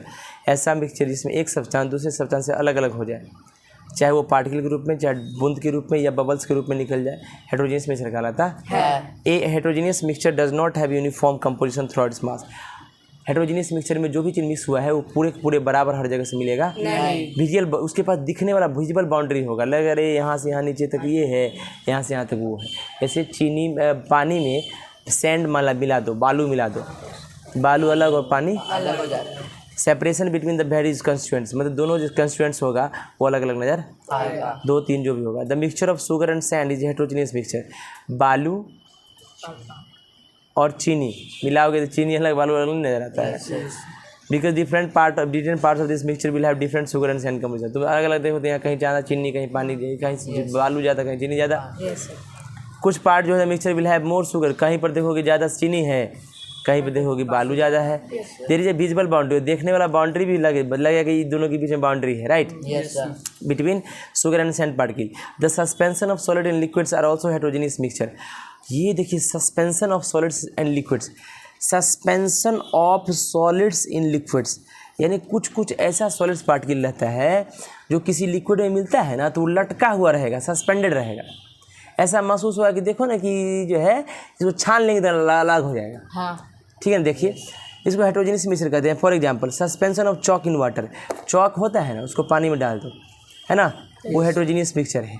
वो लगेगा चॉक डालोगे थोड़ा दूधिया भी कर देगा पानी को, और बाद में चॉक नीचे जाकर सेटल डाउन हो जाए, वो सस्पेंशन कहलाता है। ए मिक्सचर कंटेनिंग 2 और मोर इमिसिएबल लिक्विड, एक ऐसा मिक्सचर जिसमें 2 ऐसा लिक्विड मिक्स है जो आपस में मिलेगा ही नहीं, हेटेरोजेनियस मिक्सचर होता है। एग्जाम्पल, पेट्रोल एंड वाटर, पानी और तेल हेटेरोजेनियस मिक्सचर है। क्यों? इमिसिएबल लिक्विड है, आपस, ये दोनों लिक्विड है लेकिन मिलेगा ही नहीं। पेट्रोल में पानी मिलता है? Is a heterogeneous mixture as we will learn after a while. कुछ देर बाद हम पढ़ेंगे all the suspension and colloids. ये सस्पेंशन और कोलाइड्स क्या होता है देखेंगे, आर हेटेरोजेनियस मिक्सचर होते हैं। कुछ एग्जांपल है हेटेरोजेनियस मिक्सचर के, शुगर एंड सैंड मिक्सचर, ये हेटेरोजेनियस है। सॉल्ट और sand mixture, polluted air, gun powder, milk, ink, petroleum, paint, glass, coal, soil, wood, blood, starch solution, soap solution, iron filing, sulphur mixture, dyes, petrol, water mixture, chalk and water mixture, muddy river water, flour in water, milk of magnesia, butter, cheese, face cream, shaving cream, hair spray, fog mist, ये सब के सब क्या है बाबू? Heterogeneous mixture. Most of the mixture heterogeneous होते हैं, बस सॉल्यूशन और एलॉय होमोजेनियस होते हैं। तो बस याद रखना, सॉल्यूशन और एलॉय होमोजेनियस होगा, बाद बाकी सब हेटेरोजेनियस। तो सॉल्यूशन तो देख ही रहे हो, अब शुरू से पढ़ते हैं, सॉल्यूशन होमोजेनियस होता। अब हम एग्जांपल लेंगे और अंडरस्टैंड करेंगे। देखिए, यहाँ पर है कॉपर सल्फेट है ना, होमोजेनियस मिक्सचर है, लेकिन चॉक और वाटर देख रहे हो ना, एक हेटेरोजेनियस मिक्सचर की तरह दिख रहा है ना, समझ रहे हो? देखिए, अब देखिए है, भी अंडरस्टैंड करेंगे, एग्जांपल कैरेक्टरिस्टिक देखेंगे मिक्सचर्स का, है ना। देखिए ध्यान से, to study the property of mixture और आयरन और सल्फर। अब हम लोग क्या करेंगे, आयरन और सल्फर को मिलाएंगे और देखेंगे कि क्या क्या प्रॉपर्टी है। ध्यान देखिए, आयरन फाइलिंग का मतलब होता है आयरन का पाउडर, लोहा का छोटा छोटा कण ले लो या पाउडर उसको कहते हैं, और सल्फर पाउडर ले लो, उस दोनों को मिक्स करो, एक greyish yellow mixture is obtain. Iron का कलर ग्रे होता है और सल्फर का कलर येलो होता है। ये दोनों को मिक्स करोगे तो देखो यहाँ ग्रेइश येलो कलर दिख रहा है ना। लेकिन देख लो कहीं कहीं ग्रे और कहीं कहीं येलो दिख रहा है। Let us study the property of mixture. चलो मिक्स किए, अब पढ़ते हैं इसका property. If we put a magnet, अब क्या करो, इसके ऊपर एक मैग्नेट रख दो, in the mixture of iron filing and sulphur, ये जो मिक्सचर आयरन फाइलिंग का है और सल्फर का है, इसके ऊपर एक मैग्नेट रख दो। The iron particles are attracted by magnet, तुम जानते हो लोहा आयरन मैग्नेट से अट्रैक्ट हो जाता है। They stick to the magnet, वो सारा ये क्या चिपक जाएगा किससे? मैग्नेट से। And get separated from sulphur, और धीरे धीरे ऐसे करके लेके बगल में झाड़ देंगे, फिर लगाएंगे, फिर झाड़ देंगे, फिर लगाएंगे। ऐसा करते करते सारे के सारे जो आयरन फाइलिंग होंगे उसको चिपका के और हम लोग क्या करेंगे? सल्फर से अलग कर लेंगे। Sulphur is not attracted by the magnet, और तुम जानते हो कि सल्फर मैग्नेट से अट्रैक्ट, तो वो बच जाएगा इसी में। तो मिक्सचर जो है आयरन फाइलिंग और सल्फर का has been separated into its constituents, तो हम आयरन फाइलिंग और सल्फर का जो मिक्सचर था उसको मैग्नेट के सहायता से अलग अलग सेपरेट कर लिए आयरन और सल्फर में by the physical method. Physical मतलब हाथे से कर लिए मैग्नेट, कोई आग लगाने की जरूरत, केमिकल्स रिएक्शन करने की जरूरत, मैग्नेट से ही कर लिए, फिजिकल प्रोसेस से। देख लो, मैग्नेट सेपरेट कर दिया आयरन फाइलिंग को सल्फर से। ये मिक्सचर था आयरन फाइलिंग और सल्फर पाउडर का, है ना। अब देखो, alternatively if we shake the mixture of iron filing and sulphur with an organic liquid known as carbon disulphide. अब क्या करते हैं, अभी क्या करेंगे हम लोग? आयरन फाइलिंग और सल्फर का जो मिक्सचर था उसके अंदर एक ऑर्गेनिक लिक्विड डाल देंगे जिसका नाम है कार्बन डाइसल्फाइड। क्या नाम है? Carbon disulphide, CS2। तो सल्फर के पास ऐसा प्रॉपर्टी है ना कि इस ऑर्गेनिक लिक्विड कार्बन डाइसल्फाइड में सल्फर खुद को घुला लेगा, लेकिन आयरन तो घुलेगा ही नहीं। तो ऑन फिल्ट्रेशन, और फिल्टर करेंगे ना तो मतलब सल्फर तो सब उसके साथ घुल गया, तो फिल्टर जब छानेंगे तो आयरन अलग हो जाएगा, और वो अलग हो जाएगा। Iron is obtained as residue, और रेसिड्यू के रूप में बच जाएगा, मतलब हमारे हाथ में क्या बच जाएगा? आयरन। एंड सल्फर रिकवर हो जाएगा फिल्ट्रेट के रूप में, यानी फिल्टर करके उसको निकाल लिए सल्फर को। मिल गया था ना, घुल गया था ना। आ जाओ वापस से देखिए, हमारे पास पहला प्रोसेस में क्या किए, एक कटोरा के अंदर हम लोग क्या किए? आयरन फाइलिंग और सल्फर पाउडर को मिक्स किए, और मिक्स करने के बाद हम लोग क्या किए? मैग्नेट से आयरन को सेपरेट किए, बचा आयरन फाइलिंग, जब सेपरेट हो गया बचा सल्फर पाउडर। यानी ये हम देखें कि मतलब मिक्सचर में कॉन्स्टिट्यूएंट पार्टिकल्स को सेपरेट किया जा सकता है फिजिकल प्रोसेस के द्वारा। हाथे से कर दिए। वापस एक तरीका अपनाए, जिस तरीका में इस बार हम लोग वही मिक्सचर था, क्या? सल्फर का और आयरन फाइलिंग का। इसमें हम लोग कार्बन डाइसल्फाइड नाम का ऑर्गेनिक लिक्विड डाल दिए। इसमें क्या होता है, सल्फर अपने आप को घुला लेता है, डिज़ोल्व कर लेता है। जब सब छाने इसको तो हमारे पास फिल्ट्रेट, यानी जो छन के बाहर निकला सल्फर निकल गया, और जो बच गया उसको रेसिड्यू कहते हैं। रेसिड्यू के रूप में आयरन फाइलिंग बच गया। यही चीज़ हम बोल रहे हैं, जो तुम लोग को दिमाग नहीं काम कर रहा है। वापस से आगे बढ़ते हैं। अब कहता है फिर जो फिल्ट्रेट बचा, ये जो हम लोग का सल्फ़र जो था, सल्फ़र को हम लोग क्या किए? सल्फ़र जो बचा था ना, डिजोल्व होकर निकल गया था, इसको इवेपोरेट करा दिए, कार्बन डाइसल्फाइड। तो मतलब कार्बन डाइसल्फाइड इवेपोरेट कर गया, बच गया हमारे पास सल्फ़र, और पहले से हमारे पास रेसिड्यू के रूप में आयरन था ही। तो मिक्सचर जो था आयरन फाइलिंग और सल्फ़र का, इसको सेपरेट कर सकते हैं दूसरे फिजिकल मेथड के द्वारा, कार्बन डाइसल्फाइड सॉल्वेंट का यूज़ करके। मतलब कार्बन डाइसल्फाइड सॉल्वेंट का यूज़ किए थे, मतलब हमारे पास मिक्सचर था ना वो कम था, ज़्यादा मात्रा में लिक्विड मिला दिए थे। तो जानते हो, एक होता है सॉल्यूशन के अंदर होता है एक सॉल्यूट पार्टिकल, एक सॉल्वेंट पार्टिकल। चीनी और पानी, चीनी कम होता है कि पानी ज़्यादा होता है? क्या पानी कम होता है? हम क्वेश्चन जो बोले एकदम सही बोले, चीनी कम होता है पानी ज़्यादा होता है। दिमाग कहाँ है? वापस से, चीनी कम होता है उसको बोलते हैं सॉल्यूट, पानी सॉल्वेंट। यहाँ पर मिक्सचर था, हम लोग बाहर से ऑर्गेनिक लिक्विड कार्बन डाइसल्फाइड डाले सॉल्वेंट के रूप में, नहीं ज़्यादा डाल दिए, वो घुला के सल्फर को ले गया, right. Followed by filtration and evaporation भी तो कराए, फिल्ट्रेशन कराए तो छन के बाहर निकला, इवेपोरेशन कराए तो सल्फर प्राप्त हो गया वापस। सही है। फ्रॉम दीज टू एक्सपेरिमेंट हम लोग क्या कह सकते हैं कि मिक्सचर को आप अलग अलग कर सकते हैं उसके कॉन्स्टिट्यूएंट्स में बाय फिजिकल प्रोसेस। कॉन्स्टिट्यूएंट्स मतलब जिससे बना है उसको अलग अलग कर सकते हैं। सल्फर में और आयरन फाइलिंग में अलग अलग कर लिए, इसी को कॉन्स्टिट्यूएंट्स में अलग करना कहलाता है। कैसे कि ये फिल्ट्रेशन करके, इवेपोरेशन करके करा सकते हैं, सब्लिमेशन करके करा सकते हैं, डिस्टिलेशन करके करा सकते हैं, सॉल्वेंट का यूज़ करके करा सकते हैं, मैग्नेट से यूज़ करके कर सकते हैं। अगर डाइल्यूट सल्फ्यूरिक एसिड को ऐड कर देते हैं आयरन फाइलिंग और सल्फर पाउडर के मिक्सचर में, तो आयरन पार्ट रिएक्ट कर जाता है सल्फ्यूरिक एसिड के साथ एंड हाइड्रोजन गैस प्रोड्यूस कर देता है, जो कि कलरलेस और ऑर्डरलेस होता है, जिसमें कलर भी नहीं होता और महक भी नहीं होता। Sulphur remains unchanged, this so that mixture iron filing और सल्फर शो करता है properties of iron. This show that mixture of iron and sulphur shows the property of iron. मतलब मिक्सचर जो था आयरन का और सल्फर का, उसमें क्या हुआ, जैसे ही हम लोग क्या डाले सल्फ्यूरिक एसिड, तो आयरन के साथ रिएक्ट कर गया और आयरन को हाइड्रोजन गैस में कन्वर्ट कर दिया, उड़ा दिया, बच गया सल्फर। तो प्रॉपर्टी आयरन का ना शो कर दिया कि आयरन रिएक्टिव हो गया। नाउ अगर मिक्सचर आयरन और सल्फर का ट्रीट करोगे कार्बन डाइसल्फाइड से, तो सल्फर पास डिजोल्व हो जाएगा और आयरन अनचेंज रह जाएगा। इसका मतलब आयरन फाइलिंग और sulphur also show the property of sulphur. तो मिक्स की दोनों क्यों किए, और कार्बन डाइसल्फाइड के केस में रिएक्शन कौन किया, सल्फर। ये प्रॉपर्टी सल्फर का शो कर दिया। तुम लोग नहीं समझ रहे हो क्या? तुम नहीं समझा रहे क्या? रे तुम नहीं समझा, बोलो, पूछो। नहीं समझा सर। क्या नहीं समझा, ये समझाओ। सर जो आप मिक्स किए ना सर, किसको मिक्स किए? ये नहीं आप किसको किससे मिक्स किए वही समझ नहीं आया। जा, इतना देर से हम क्या रामायण जप रहे थे? नहीं सर। किसको किसके साथ मिक्स किए, क्या मिक्स किए? हमारे पास पहले से आयरन फाइलिंग और सल्फर पाउडर मिक्स है भाई, पहले से वो मिक्स है, वही मिक्स कर चल रहा है यहाँ तक। हम बार बार उसको सेपरेट करने का प्रयास कर रहे हैं कॉन्स्टिट्यूएंट्स में। एक बार कार्बन डाइसल्फाइड मिला दिए, सल्फर को घुला के चला गया, आयरन फाइलिंग लगा दिए तो आयरन को लेकर चला गया, वापस से हम सल्फ्यूरिक एसिड मिला दिए, आयरन के साथ रिएक्ट करा दिया, हाइड्रोजन गैस बना दिया, वापस से हम अभी क्या किए, अभी क्या किए थे वापस, वही सेम प्रोसेस। क्या, कार्बन डाइसल्फाइड मिला, सल्फर को लेकर चला गया। एक आए की प्रॉपर्टी सबको दिखा रहे हैं कि क्या ये मिलाने पर भी इसको लेकर चला जाता है, ये मिला इस पर लेकर चला जाता है। यानी बार बार बहुत सारे तरीका से हम लोग इसके कॉन्स्टिट्यूएंट पार्टिकल्स में अलग अलग कर सकते हैं। नहीं समझ रहे हो? इसको सोचने के लिए इतना क्या तकलीफ भाई, तुम्हारा दिमाग कहाँ है? चलिए, मतलब वापस से उसी चीज़ को हम बोल रहे हैं क्या, कि हमारे पास सल्फर पाउडर और आयरन फाइलिंग का मिक्सचर है।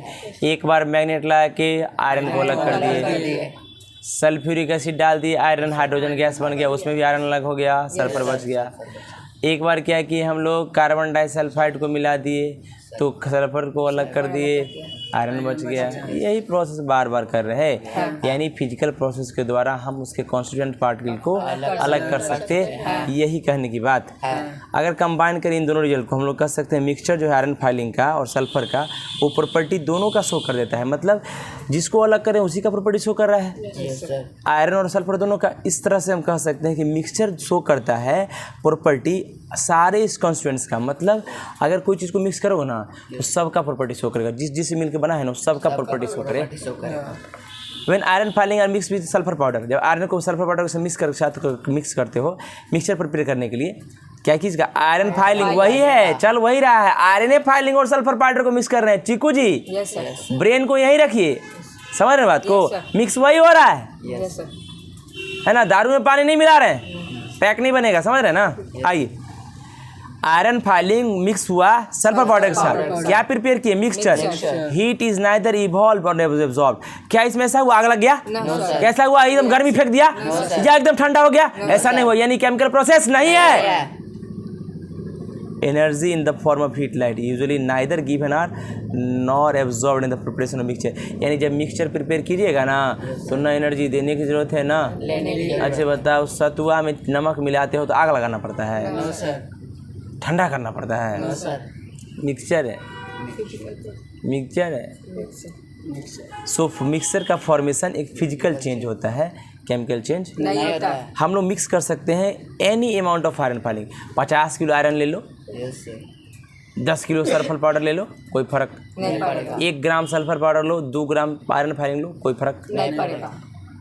मिक्सचर हैविंग डिफरेंट कंपोजिशन, जितना मन उतना कंपोजिशन मिक्स कर सकते हैं। Mixture of iron filing and sulphur है वेरिएबल कंपोजिशन, जितना मन उतना कंपोजिशन वेरिएबल है, मतलब जितना मन उतना मिक्स कर सकते हैं। सिंस उसका कंपोजिशन वेरिएबल है तो कोई डिफरेंट फार्मूला मिक्सचर का होता ही नहीं है। अब इसका कोई फार्मूला ही नहीं है, अभी नहीं कि कोई FE या RXY कुछ नहीं हम दे देंगे, है ना।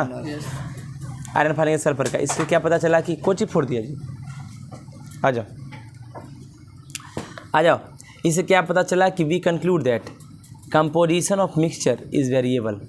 मतलब जो मिलाए हैं मिक्सचर में जो चीज़ मिलाए हैं वो वेरिएबल है, मतलब ज़्यादा भी ले सकते हैं और कम भी ले सकते हैं। Constituents can be present in any proportion by mass, मतलब जो कॉन्स्टिट्यूएंट है जिससे मिलकर मिक्सचर बना है वो किसी भी प्रोपोर्शन बाय मास में हो सकता है। प्रोपोर्शन बाय मास कहने का मतलब होता है किसी भी अमाउंट में मिला सकते हैं। Due to its variable composition mixture does not have a different formula, composition जिसका वेरिएबल है उसका कोई डिफरेंट फार्मूला नहीं है, ठीक है ना। Mixture of iron filing and sulphur does not melt at a single fix temperature. अच्छा मान लो कि ये दोनों का मिक्सचर है, तुम इसको पिघलाना चालू किया तो आयरन का 1535 डिग्री सेल्सियस टेम्परेचर है और सल्फर का शायद 119 है, समझ रहे ना। तो अब इसका 106। अच्छा बताइए, तो इसका मतलब है कि दोनों का एक टेम्परेचर है? तो कोई पहले गर्म हो जाएगा कोई बाद में गर्म हो जाएगा, यानी एक साथ दोनों मेल्ट नहीं होगा। फ्रॉम दिस क्या कह सकते हैं, मिक्सचर के पास कोई definite melting point boiling point नहीं होता है। अगर हम एग्जामिन करें mixture of iron filing and sulphur powder with magnifying glass से देख रहे हैं, पता चलेगा कि iron particles quite close to the sulphur particle, तो दोनों सब जैसे सबसे नज़दीकी में रहेगा, है ना। Yes sir. At some place there are more, कहीं कहीं ऐसा होगा कि आयरन ही ज़्यादा होगा, कहीं कहीं सल्फर पाउडर ज़्यादा होगा, है ना। वेयर द अदर प्लेसेस है more sulphur particle, that is mixture जो है आयरन फाइलिंग का और सल्फर का होमोजेनियस हेट्रोजेनियस होता है, कहीं ज़्यादा कहीं कम खाओगे। The most of the mixture are heterogeneous, ज़्यादातर मिक्सचर क्या होता है ना। कुछ मिक्सचर्स जिसको सोल्यूशन कहते हैं और एलॉय कहते हैं, एलॉय क्या यही पता था ना, यही होमोजेनियस होता है, बताए थे ना। क्या कह सकते हैं कि मिक्सचर यूजुअली हेट्रोजेनियस होता है बस सोल्यूशन और एलॉय को छोड़कर, जो कि क्या होता है आवाज़ नहीं निकलता है, आवाज़ नहीं निकलता है, आवाज़ ही नहीं निकलता है, कहाँ रहता है, आवाज़ नहीं निकलता है, नहीं निकलता है, ऐसे कैसे। जैसे हम बोलते हैं मतलब कि सॉल्यूशन और एलॉय जो है वो क्या होता है, होमोजेनियस क्या,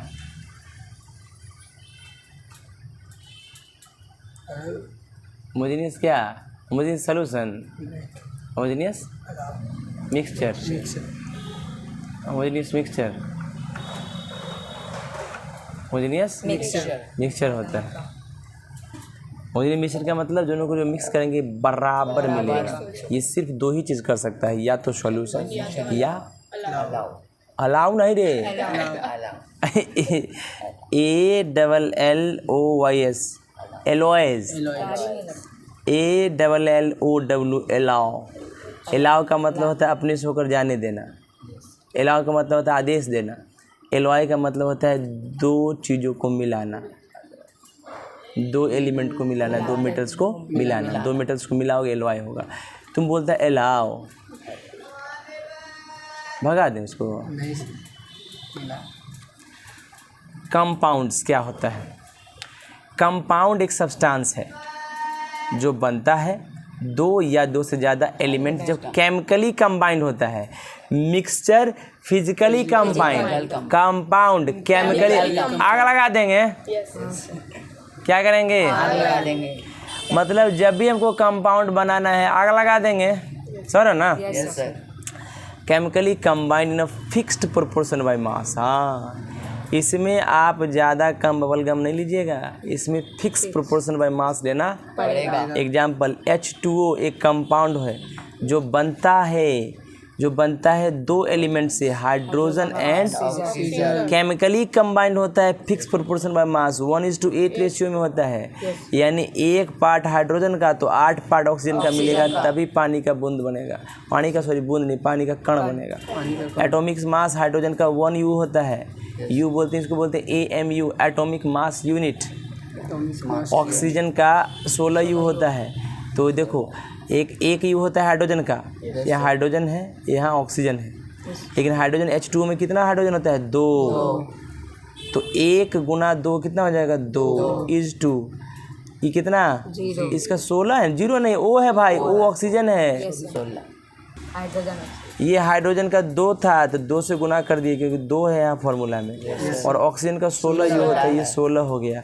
2 1 जा 2 8 जा 1:8 आ गया। यस और नो, समझ में आया। चल, सो हाइड्रोजन 2 U उसने है ना, कॉमन सा NaCl, sodium chloride NaCl, sodium का 1, क्लोरीन का भी 1 पार्ट, दोनों आपस में मिला क्या बना, कंपाउंड, जो कि 2 एलिमेंट सोडियम क्लोरीन से बना। Ammonium chloride NH4Cl, 1 nitrogen, 4 hydrogen, 1 chlorine, compound बना 3 एलिमेंट से, नहीं नाइट्रोजन, हाइड्रोजन, क्लोरीन। सैंड जिसको सिलिकॉन डाइऑक्साइड SiO2 कहते हैं, सैंड को silicon dioxide, silicon Si oxygen, silicon oxygen से मिलकर बना है। मार्बल जिसको कैल्शियम कार्बोनेट कहते हैं, मार्बल होता है ना, मार्बल जो टाइल्स मार्बल लगाते हो उसमें वो क्या होता है, कैल्शियम कार्बन ऑक्सीजन, जिसको कैल्शियम कार्बोनेट कहते हैं। ये कंपाउंड है जो कैल्शियम कार्बन और ऑक्सीजन से मिलकर बना, केमिकली कंबाइन हुआ है। आग लगा देंगे, क्या समझ, समझ में आ रहा है? देखिएगा ध्यान से बाबू, calcium carbonate in the form of marble, देखो इसी को काट काट के मार्बल्स बनता है ना।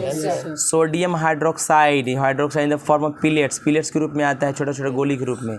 कॉपर सल्फेट डस्ट पाउडर के रूप में आता है, छोटा छोटा कण भी रहता है। कुछ एग्जाम्पल है कंपाउंड की, अमोनिया बोलो NH3, carbon dioxide CO2, ice water के फॉर्म में H2O, बोलो यस और नो, समझ में आ रहा है? स्टीम H2O ही होता है, स्टीम भी H2O ही होता है। Chalk calcium carbonate CaCO3, limestone calcium carbonate CaCO3, lime quicklime calcium oxide CO नहीं CaO है ना। Slaked lime calcium hydroxide CaOH का होल ट्वाइस। आगे बोलोगे फंस जाओगे, पढ़ने नहीं ना आता है तुराड़ के, तो हमारा बोलने दो गंजेड़ियो, बोलने दो पहले, ठीक ना। CaOH का whole twice, methane CH4, glucose C6H12O6, sugar और cane sugar C12H22O11, starch C6H10O5 का होल N, बेकिंग सोडा जिसको बोलते हैं sodium hydrogen carbonate NaHCO3, sodium sulphate Na2SO4, copper sulphate CuSO4, iron sulphide FeS, hydrochloric acid HCl, sulphuric acid H2SO4, nitric acid HNO3, hydrogen bromide HBr, and sodium hydroxide NaOH. We have given the formula of all these compounds so that you may be able to write the names of element present in them. हम लोग इतना formula इसलिए दे रहे हैं कि ताकि आप पढ़ें आगे तो किसी भी कंपाउंड का केमिकल फार्मूला आप दे सकते, उसको याद कर सकते। Compound can be further divided into 3 classes, और कंपाउंड को भी 3 पार्ट में डिवाइड किया गया आगे, एसिड, बेस और सॉल्ट, उसके प्रॉपर्टी के हिसाब। जैसे सल्फ्यूरिक एसिड एसिड होता है, सोडियम हाइड्रोक्साइड बेस होता है, जबकि सोडियम सल्फेट एक सॉल्ट होता है। अब हम एग्जांपल देंगे, अंडरस्टैंड करेंगे कैरेक्टरिस्टिक प्रॉपर्टी कंपाउंड का, एक ही एग्जांपल में समझ जाएंगे, ठीक ना। चल देखिएगा ध्यान से, to study the property of a compound of iron and sulphur. हम लोग को क्या करना है, स्टडी करना है, प्रॉपर्टी पढ़ना है कंपाउंड का, आयरन और सल्फर। वापस से वही ले लिए, आयरन फाइलिंग और सल्फर पाउडर, है ना। समझ रहे चीकू, दिमाग लगाना रोशन, दिमाग लगाना रौनक के भाई, दिमाग लगाना बाबू चंकूस, समझ रहे ना, दिमाग लगाइएगा, ठीक है ना। इस बार वापस से हम लोगों ने क्या किया भैया, वही आयरन फाइलिंग और सल्फर पाउडर कर ले लिया, लेकिन तुम यहाँ देख रहा है कि कढ़ाई में काला हो गया, आग लगा दिए। क्या किए, देखिए ना, आपको विश्वास नहीं होगा तो देखिए ना, आग हम इतने नहीं लगाते हैं, सूखे पत्तों की तरह बिखरा था मैं, सूखे पत्तों की तरह बिखरा था। किसी ने प्यार से समेटा मुझे, किसी ने, अब बाद में आग लगा दिया। सुनिएगा ध्यान से, चलिए, जब मिक्सचर किसका, आयरन फाइलिंग का और सल्फर पाउडर का हीटेड मतलब गर्म किया, गर्म मतलब आग लगा दिया, तो ब्लैक कंपाउंड जिसको हम लोग आयरन सल्फाइड कहते हैं वो फॉर्म हो गया। अभी बन गया आयरन सल्फाइड, है ना। चलिए एग्जामिन करते हैं प्रॉपर्टी ये कंपाउंड का, ये जो बना इसके बारे में जानते हैं कि भाई क्या अंतर है, जो पहले मिक्सचर था उसका क्या अंतर है और कंपाउंड का क्या अंतर है। अगर मैग्नेट रखोगे ना यहाँ पे, भाई आग लग के ये बन गया क्या, आयरन सल्फाइड। अब मैग्नेट रखोगे तो आयरन बार नहीं आएगा खिंचा के, ये बन गया, दूसरा चीज बन गया, है ना। अगर मैग्नेट रख दोगे कहाँ, आयरन सल्फाइड कंपाउंड के ऊपर, iron does not gate separated from sulphur, इसे आयरन ऊपर नहीं आएगा कुछ। इवन कार्बन डाइसल्फाइड सल्फेट, आप मान लो कार्बन डाइसल्फाइड मिला दिए, वही ऑर्गेनिक सब्सटेंस, ऑर्गेनिक लिक्विड, तो फिर कार्बन भी घुलेगा नहीं, and can not separate the sulphur from iron sulphide compound, और आयरन सल्फाइड कंपाउंड से उस सल्फर को सेपरेट नहीं कर पाएगा। इसका मतलब है कि आयरन सल्फाइड कंपाउंड जो बन गया नहीं आग लगाने पर, वो सेपरेट नहीं हो सकता अपने कॉन्स्टिट्यूएंट्स में, जिससे वो मल के बना है उसमें अब अलग अलग नहीं हो सकता फिजिकल मेथड के द्वारा, क्योंकि फिजिकल मेथड में कर रहे हैं। इन जनरल हम कह सकते हैं कि एक कंपाउंड कभी भी सेपरेट नहीं होगा अपने कंपोनेंट्स में, यानी जिससे वो मिलके बना है फिजिकल मेथड्स के द्वारा, यानी कभी भी कोई कंपाउंड फिजिकल मेथड से अलग सेपरेट नहीं। चलिए, when dilute sulphuric acid add करोगे आयरन सल्फाइड कंपाउंड में, उस समय जैसे ही किए थे तो आयरन क्या किया था, मेल्ट, उसके साथ रिएक्शन करके हाइड्रोजन गैस बना लिया था। We get a colourless foul smelling gas called hydrogen sulphide having the smell of rotten egg. अरे भैया वापस से इसके अंदर हम क्या मिलाए, सल्फ्यूरिक एसिड इस कंपाउंड में, तो हम लोग एक फाउल स्मेल आएगा जिसको हाइड्रोजन सल्फाइड कहेंगे। हैविंग सड़ा हुआ अंडा का जैसे स्मेल आता है वैसा आएगा। No hydrogen gas is form, इस केस में हाइड्रोजन गैस फॉर्म नहीं होगा। इसका मतलब है कि iron sulphide does not show property of iron present in, यानी आयरन सल्फाइड के अंदर जो आयरन का प्रॉपर्टी है वो सल्फ्यूरिक एसिड डालने पर शो नहीं करेगा। Even the sulphur present in iron sulphide compound can not be dissolve by carbon disulphide. मान लो कि कार्बन डाइसल्फाइड मिला दिए, फिर भी सल्फर मिक्स और अपना प्रॉपर्टी शो नहीं करेगा। इसका मतलब है this means that iron sulphide compound does not show property of sulphur. ये जो कंपाउंड बन गया ना, ये ना सल्फर का प्रॉपर्टी शो करेगा ना आयरन का। इसे कह सकते हैं कि क्या, कि iron sulphide compound does not show the individual property of इस कंस्टिट्यूएंट, जिससे मिल के बना है आयरन और सल्फर का, उसका प्रॉपर्टी शो तो कहता है कि the property of iron sulphide compound अलग होगा बिल्कुल उसके कॉन्स्टिट्यूएंट से। जो आयरन का प्रॉपर्टी होता है, जो सल्फर का प्रॉपर्टी होता है, वैसा शो बिल्कुल नया प्रॉपर्टी शो करेगा कंपाउंड, ठीक है ना। तो मतलब प्रॉपर्टी जो होता है कंपाउंड का जिससे मिलके बनता है, उससे इंटायरली पूरे के पूरे अलग होता है कॉन्स्टिट्यूएंट एलिमेंट से, राइट। आगे बढ़ते हैं। Iron sulphide compound prepared by heating together iron filing and sulphur. कैसे बना आयरन सल्फाइड कंपाउंड, गर्म करके। वंस द रिएक्शन स्टार्ट, एक बार रिएक्शन शुरू हो जाता है, तो a lot of heat and light are produce during the preparation of iron sulphide compound. तो बहुत ज़्यादा ही हीट और लाइट प्रोड्यूस होता है, निकलता है, क्योंकि हीट दे रहे हैं तो निकलता भी है हीट, है ना। इसका मतलब है कि एनर्जी लाइट या हीट के फॉर्म में यूजुअली आइदर गिवन आउट, या तो निकलता है या एब्जॉर्ब्ड या देना पड़ता है जब क्या हम तैयार करते हैं आयरन सल्फाइड FeS बना, ये compound prepared by heating together 7 part by mass of iron. इसमें 7 पार्ट आयरन रहेगा और 4 पार्ट सल्फर का रहेगा। एटॉमिक मास आयरन का 56 होता है, सल्फर का 32 होता है। तो आयरन इज टू सल्फर का रेशियो देखो 56-32, तो इसको डिवाइड करोगे 8 7 जा 56, 8 4 जा 32, 7:4 मास प्रोपोर्शन में रहेगा, तो बनेगा iron sulphide compound.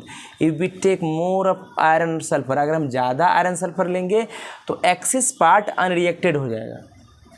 7:4 part react करके कार्बन डाइसल्फाइड आयरन सल्फाइड बना लेगा। इससे ज़्यादा ले लोगे तो वो अनरिएक्टेड उसमें नहीं, तो बच जाएगा वो। कभी कभी ऐसा देखते हो कि आग लगाते हो तो कुछ चीज़ें नहीं जलता है, वहाँ तो ऑक्सीजन नहीं पहुँचता है, सर ना। तो वही होगा, तो ज़्यादा नहीं, इसका एक फिक्स्ड डिफिनिट अमाउंट होना चाहिए। अब तुम 1:8 के जगह 12:15 ले लोगे तो पानी थोड़ी बन जाएगा। यानी डिफिनिट बन रहा है, यानी इसका फॉर्मूला भी होगा, देखिएगा आएगा ना फॉर्मूला। वाटर का फॉर्मूला H2O होता है ना। yes, तो कार्बन डाइसल्फाइड क्या है, आयरन सल्फाइड का फॉर्मूला FeS हो जाता है, फिक्स फॉर्मूला है इसका। इफ बी टेक, देखो ना, द आयरन सल्फाइड कंपाउंड हमेशा बनेगा सेम एलिमेंट से, आयरन से और सल्फर से, है ना। कंबाइंड होगा फिक्स प्रोपोर्शन बाय मास में। सिंस कंपोजिशन जो आयरन सल्फाइड का फिक्स है तो इसका फॉर्मूला भी डिफिनिट होगा FeS। फ्रॉम द डिस्कशन में क्या कह सकते हैं, कंपोजिशन जो होता है कंपाउंड का वो फिक्स होता है, कॉन्स्टिट्यूएंट जो प्रेजेंट होता है वो फिक्स प्रोपोर्शन बाय मास में ही रहे, कंपाउंड के पास डिफिनिट फॉर्मूला होता है। आयरन सल्फाइड कंपाउंड मेल्ट होता है डिफिनिट टेम्परेचर पे, क्योंकि अब तो नया बन गया ना, ये दोनों मिल के एक हो गया, तो इसका टेम्परेचर फिक्स हो गया। अब नहीं अलग अलग नहीं पिघलेगा, एक ही टेम्परेचर पर ये पिघलेगा। हम लोग कह सकते हैं कंपाउंड के पास fix melting point boiling point होता है। आयरन सल्फाइड कंपाउंड अगर viewed through a magnifying glass से देखोगे तो कोई सेपरेट पार्टिकल आयरन का अलग और सल्फर का अलग नजर नहीं आएगा, सेम होगा, हर जगह से नजर आएगा। तो कह सकते हैं कंपाउंड होमोजेनियस सब्सटेंस होता है, लेकिन मिक्सचर होमोजेनियस नहीं होता। कोई दिक्कत? देखो आयरन फाइलिंग और सल्फर पाउडर है ना, मिक्स कर रहा है ना, सल्फर पाउडर देख रहे हो हाँ, हम लोग हीट करेंगे मिक्सचर को, देखो मिक्सचर करने ऐसा बन गया कंपाउंड। इसका देखो ये जो बना, देखो देखो हीट करेंगे मिक्सचर आयरन फाइलिंग और सल्फर पाउडर का स्ट्रांगली बर्नर के साथ, तो नया केमिकल कंपाउंड बन जाएगा आयरन सल्फर। इसके अंदर सल्फर होगा, it contain sulphur but we can not see, इसका सल्फर है, सल्फर देख पा रहे हो? इसके अंदर आयरन भी, आयरन देख पा रहे हो? नहीं ना, तो हम लोग we can not pull away this iron, हम लोग मैग्नेट लगाए आयरन अलग खिंचाएगा नहीं। चलिए अब हम इन दोनों का मिक्सचर और कंपाउंड का टेबल में देखते हैं कि क्या बात है। मिक्सचर को सेपरेट कर सकते हैं कंस्टिट्यूएंट्स में फिजिकल प्रोसेस के द्वारा, filtration, evaporation, sublimation, distillation, solvent, magnet, है ना। कंपाउंड को कभी भी सेपरेट नहीं कर सकते हैं फिजिकल प्रोसेस के द्वारा, है ना। सिर्फ कंस्टिट्यूएंट को केमिकल प्रोसेस से ही अलग कर सकते हैं। मिक्सचर शो करता है प्रॉपर्टी अपने कंस्टिट्यूएंट्स का, लेकिन compound entirely different property show करता है अपने कंस्टिट्यूएंट से, वैसा नहीं करता। बोलो यस सर। एनर्जी यूजुअली न दिया जाता है न निकलता है, किसके प्रिपरेशन में? मिक्सचर के, लेकिन एनर्जी दिया भी जा सकता है और निकलता भी है, किसके प्रिपरेशन में? कंपाउंड। कंपोजिशन जो होता है मिक्सचर का वेरिएबल होता है, ज़्यादा अमाउंट ले लीजिए कोई दिक्कत नहीं है ना, कोई भी प्रोपोर्शन में मास ले सकते हैं। मिक्सचर के पास कोई डिफरेंट फार्मूला, लेकिन कंपोजिशन जो कंपाउंड का फिक्स होता है, कंस्टिट्यूएंट जो होता है फिक्स प्रोपोर्शन में मास में रहता है, और कंपाउंड के पास डिफरेंट फार्मूला भी होता है। मिक्सचर डज नॉट हैव, इसके पास fix melting point boiling point कुछ नहीं होता है, इसके पास सब कुछ फिक्स होता है। The way compound is always homogeneous, हालांकि कंपाउंड हमेशा होमोजेनियस होता है ए मिक्सचर में भी, लेकिन मिक्सचर जो है हेट्रोजेनियस भी हो सकता है और होमोजेनियस भी हो सकता है। सो बीइंग होमोजेनियस और हेट्रोजेनियस, अच्छा होना क्या होमोजेनियस या हेट्रोजेनियस, होमोजेनियस या heterogeneous is usually not helpful in deciding whether a substance is a mixture or compound। तो होमोजेनियस होना, हेट्रोजेनियस होना, इससे आप नहीं डिसाइड कर सकते हैं कि कोई सब्सटेंस मिक्सचर है या कंपाउंड। तो ये पॉइंट जो है, this point has not been included in the given table, इसीलिए इस टेबल में इस पॉइंट को इंक्लूड नहीं किए हैं होमोजेनियस और हेट्रोजेनियस के बारे में, ठीक है ना। चलिए, in order to find out whether a given substance is mixture और compound we should remember that. अच्छा, कोई चीज़ मिक्सचर है या कंपाउंड है, तो इसको इसके लिए हमको इस 5 पॉइंट याद रखना पड़ेगा। देखिएगा ध्यान से, देखिए 5 पॉइंट में पहला पॉइंट कौन है? अगर सब्सटेंस सेपरेट हो जाएगा कॉन्स्टिट्यूएंट्स में फिजिकल मेथड के द्वारा, मिक्सचर है। अगर फिजिकल मेथड के द्वारा नहीं हुआ तो कंपाउंड है। सब्सटेंस प्रॉपर्टी किया कंस्टिट्यूएंट का मिक्सचर है। इंटायरली डिफरेंट प्रॉपर्टी शो किया कंस्टिट्यूएंट से तो वो कंपाउंड है। वो हीट लाइट नहीं देना पड़ा, नहीं एब्जॉर्ब किया गया प्रिपरेशन में तो मिक्सचर है। हीट लाइट देना पड़ा, एब्जॉर्ब हुआ तो प्रिपरेशन सब्सटेंस का कंपाउंड है। कंपोजिशन जो है सब्सटेंस का वेरिएबल है तो मिक्सचर है, फिक्स है तो कंपाउंड है। Melting point boiling point fix नहीं है तो मिक्सचर है, फिक्स है तो कंपाउंड है, राइट। इसको माइंड में रखिए, आप मिक्सचर और कंपाउंड को अलग अलग कर सकते हैं।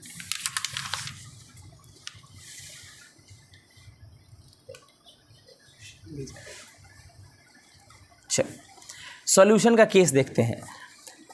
सॉल्यूशन होमोजेनियस सब्सटेंस होता है, बताए हैं? Yes sir. और heat is also usually evolve और absorb in the preparation of solution. तो जब सॉल्यूशन बनाइएगा तो या तो हीट लेगा या हीट छोड़ेगा। एग्जाम्पल, तुम देखते हो चीनी जब पानी में मिलाते हैं तो छोड़ दो, कुछ स्टिर मत कर दो, यानी हिलाओ नहीं, घुलाओ नहीं, चम्मच से ना चलाओ, तो छोड़ दो कुछ देर, तो चीनी लेट से पिघलेगा। लेकिन जैसे ही हम टेम्परेचर बढ़ाते हैं, मतलब टेम्परेचर स्टिर करते हैं तो एनर्जी देते हैं। क्या देते हैं? एनर्जी देते हैं। किसको? कंस्टिट्यूएंट पार्टिकल्स को। किसके? चीनी का। टेम्परेचर बढ़ता है और जल्दी मिलता है। Even solution is considered a mixture. भाई सॉल्यूशन में कहता है कि देखो सॉल्यूशन होमोजेनियस सब्सटेंस है और हीट इसमें इवॉल्व भी होता है, एब्जॉर्ब भी होता है, निकलता भी जाता है सॉल्यूशन के प्रिपरेशन में। इसके बावजूद सॉल्यूशन को हम लोग मिक्सचर कहते हैं। क्यों? क्योंकि it can be separated into इस कंपोनेंट। भाई जब चीनी पानी मिला दो और पानी को इवेपोरेट कर दो, चीनी बच जाएगा। फिजिकल मेथड से अलग अलग कर सकते हैं, इसलिए मिक्सचर है। ये प्रॉपर्टी देखो, अच्छा चीनी पानी मिलाओगे तो चीनी जैसा मीठा भी लगता है और पानी भी लगता है। चीनी पर दोनों का प्रॉपर्टी शो करता है, तो यानी भी कंस्टिट्यूएंट्स का प्रॉपर्टी शो करता है, यानी मिक्सचर है। इसके बाद बढ़िए, जितना मन उतना चीनी, जितना मन इतना पानी मिला कर शरबत बना से बराती को पिला। बोलिए sir. It does not have fix boiling point. भाई इसका कोई फिक्स बॉइलिंग पॉइंट। अच्छा 1 किलो चीनी पानी मिलाए तो अलग, 50 किलो मिला तो अलग बॉइलिंग पॉइंट होगा। बोलिए सर। इसलिए इसको मिक्सचर कहते हैं। एग्जाम्पल, सॉल्ट सोल्यूशन को मिक्सचर कहते हैं, क्योंकि सॉल्ट सोल्यूशन सेपरेट हो सकता है सॉल्ट और वाटर में फिजिकल प्रोसेस, डिस्टिलेशन प्रोसेस के द्वारा। प्रोसेस है डिस्टिलेशन, बताएंगे इसके आगे आएगा। सॉल्ट सोल्यूशन प्रॉपर्टी शो करता है अपने सॉल्ट और वाटर का, दोनों का, राइट। कोई दिक्कत? या दूसरा बुक लाओ जिसमें इस तरह का होता है।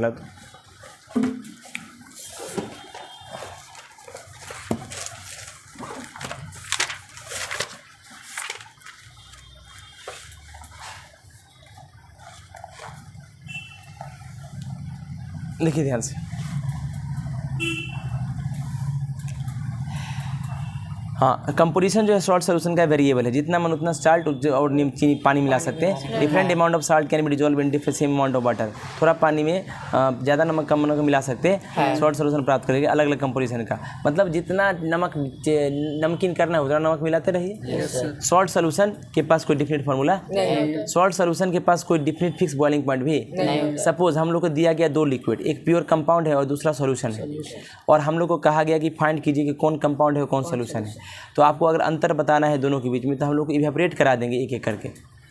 द लिक्विड जो इवेपोरेट कर जाएगा पूरे के पूरे और कुछ भी नहीं छोड़ेगा, पक्का कंपाउंड होगा, क्योंकि कंपाउंड इंटायर कॉन्स्टिट्यूएंट्स में अलग होता ही नहीं है। इवेपोरेट कराओगे पूरे गायब हो जाएगा। अदर हैंड अगर लिक्विड जो कुछ छोड़ दिया रेसिड्यू, पक्का उस मिक्सचर होगा। Example, pure water can be distinguished from aqueous solution by evaporation.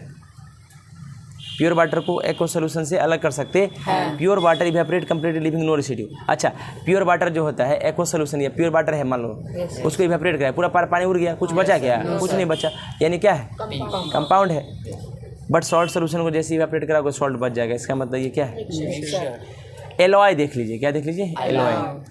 Alloys are homogeneous mixture. क्या है? Homogeneous mixture. मेटल्स को मिलाते हैं होमोजेनियसली, मेटल बराबर मिल जाएगा हर जगह से आपस में, तो एलॉय बन जाता है। एंड इसको हम लोग सेपरेट नहीं कर सकते हैं फिजिकल मेथड के द्वारा। Even then an alloy is considered. फिर भी एलॉय को मिक्सचर क्यों कहते हैं? क्योंकि ये शो करता है प्रॉपर्टी अपने कंस्टिट्यूएंट्स का, जिससे मिलके बना है उसका प्रॉपर्टी शो करता है, और इसके पास वेरिएबल कंपोजिशन है, जितना मिलाइएगा उतना उतना एलॉय बनेगा। एग्जांपल, ब्रास जो होता है ना, एक होमोजेनियस सब्सटेंस है जो बनता है कॉपर को और जिंक को मिला दीजिए, और इसको आप फिजिकल प्रोसेसिंग था, लोहा लगा दीजिए, ब्रास खींच लीजिए, जिंक खींच लीजिए, कॉपर खींच, ऐसा नहीं होता। बाय फिजिकल मेथड ब्रास को हम लोग मिक्सचर कहते हैं, क्योंकि ये शो करता है प्रॉपर्टी कंस्टिट्यूएंट्स का, कॉपर का भी और जिंक का भी। ये ब्रास है, एक एलॉय है कॉपर और जिंक का। ब्रास को हम लोग मिक्सचर कहते हैं। This bucket is made of brass. ये बाल्टी ब्रास का बना हुआ है, ये दोनों तरह का चमकता है, ठीक है ना? एंड इसके पास वेरिएबल कंपोजिशन है। भाई जितना बड़ा बाल्टी उतना बड़ा बना लीजिए। ब्रास बनाना है तो अब ज़्यादा कॉपर ज़्यादा जिंक मिला के बहुत ज़्यादा मटेरियल बना लीजिए। Amount of zinc in brass can vary from 20 to 35%। मैंने अमाउंट जो है ब्रास के अंदर जिंक का, जिंक को आप 20% भी ले सकते हैं, 35% भी ले सकते हैं। अगर जिंक को 20 लीजिएगा तो कॉपर को 85 लीजिएगा, जिंक को 35 लीजिएगा तो उसको 65 लीजिएगा, राइट? इससे पहले कि हम आगे जाएं और ज़िंदगी में आगे कुछ कॉन्सेप्ट पढ़ें, इस वीडियो को 50 बार देखिए, उससे कोई फ़र्क हमको 100 बार देखिए, कोई फ़र्क। आप क्या कीजिए, इसको ज़्यादा से ज़्यादा देखिए, आपके दिमाग में सारे कॉन्सेप्ट को प्रीलोड कर लीजिए, राइट? ताकि आपका जो आने वाला फ्यूचर हो ज़्यादा ब्राइट और सोनरस हो जाए, टन टन करते रहे ज़िंदगी में, समझ रहे हो?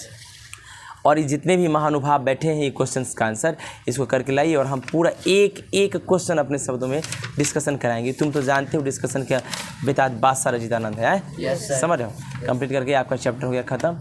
ये वीडियो बना है 1 घंटा 26 मिनट 57 सेकेंड। आज के लिए इतना, थैंक यू।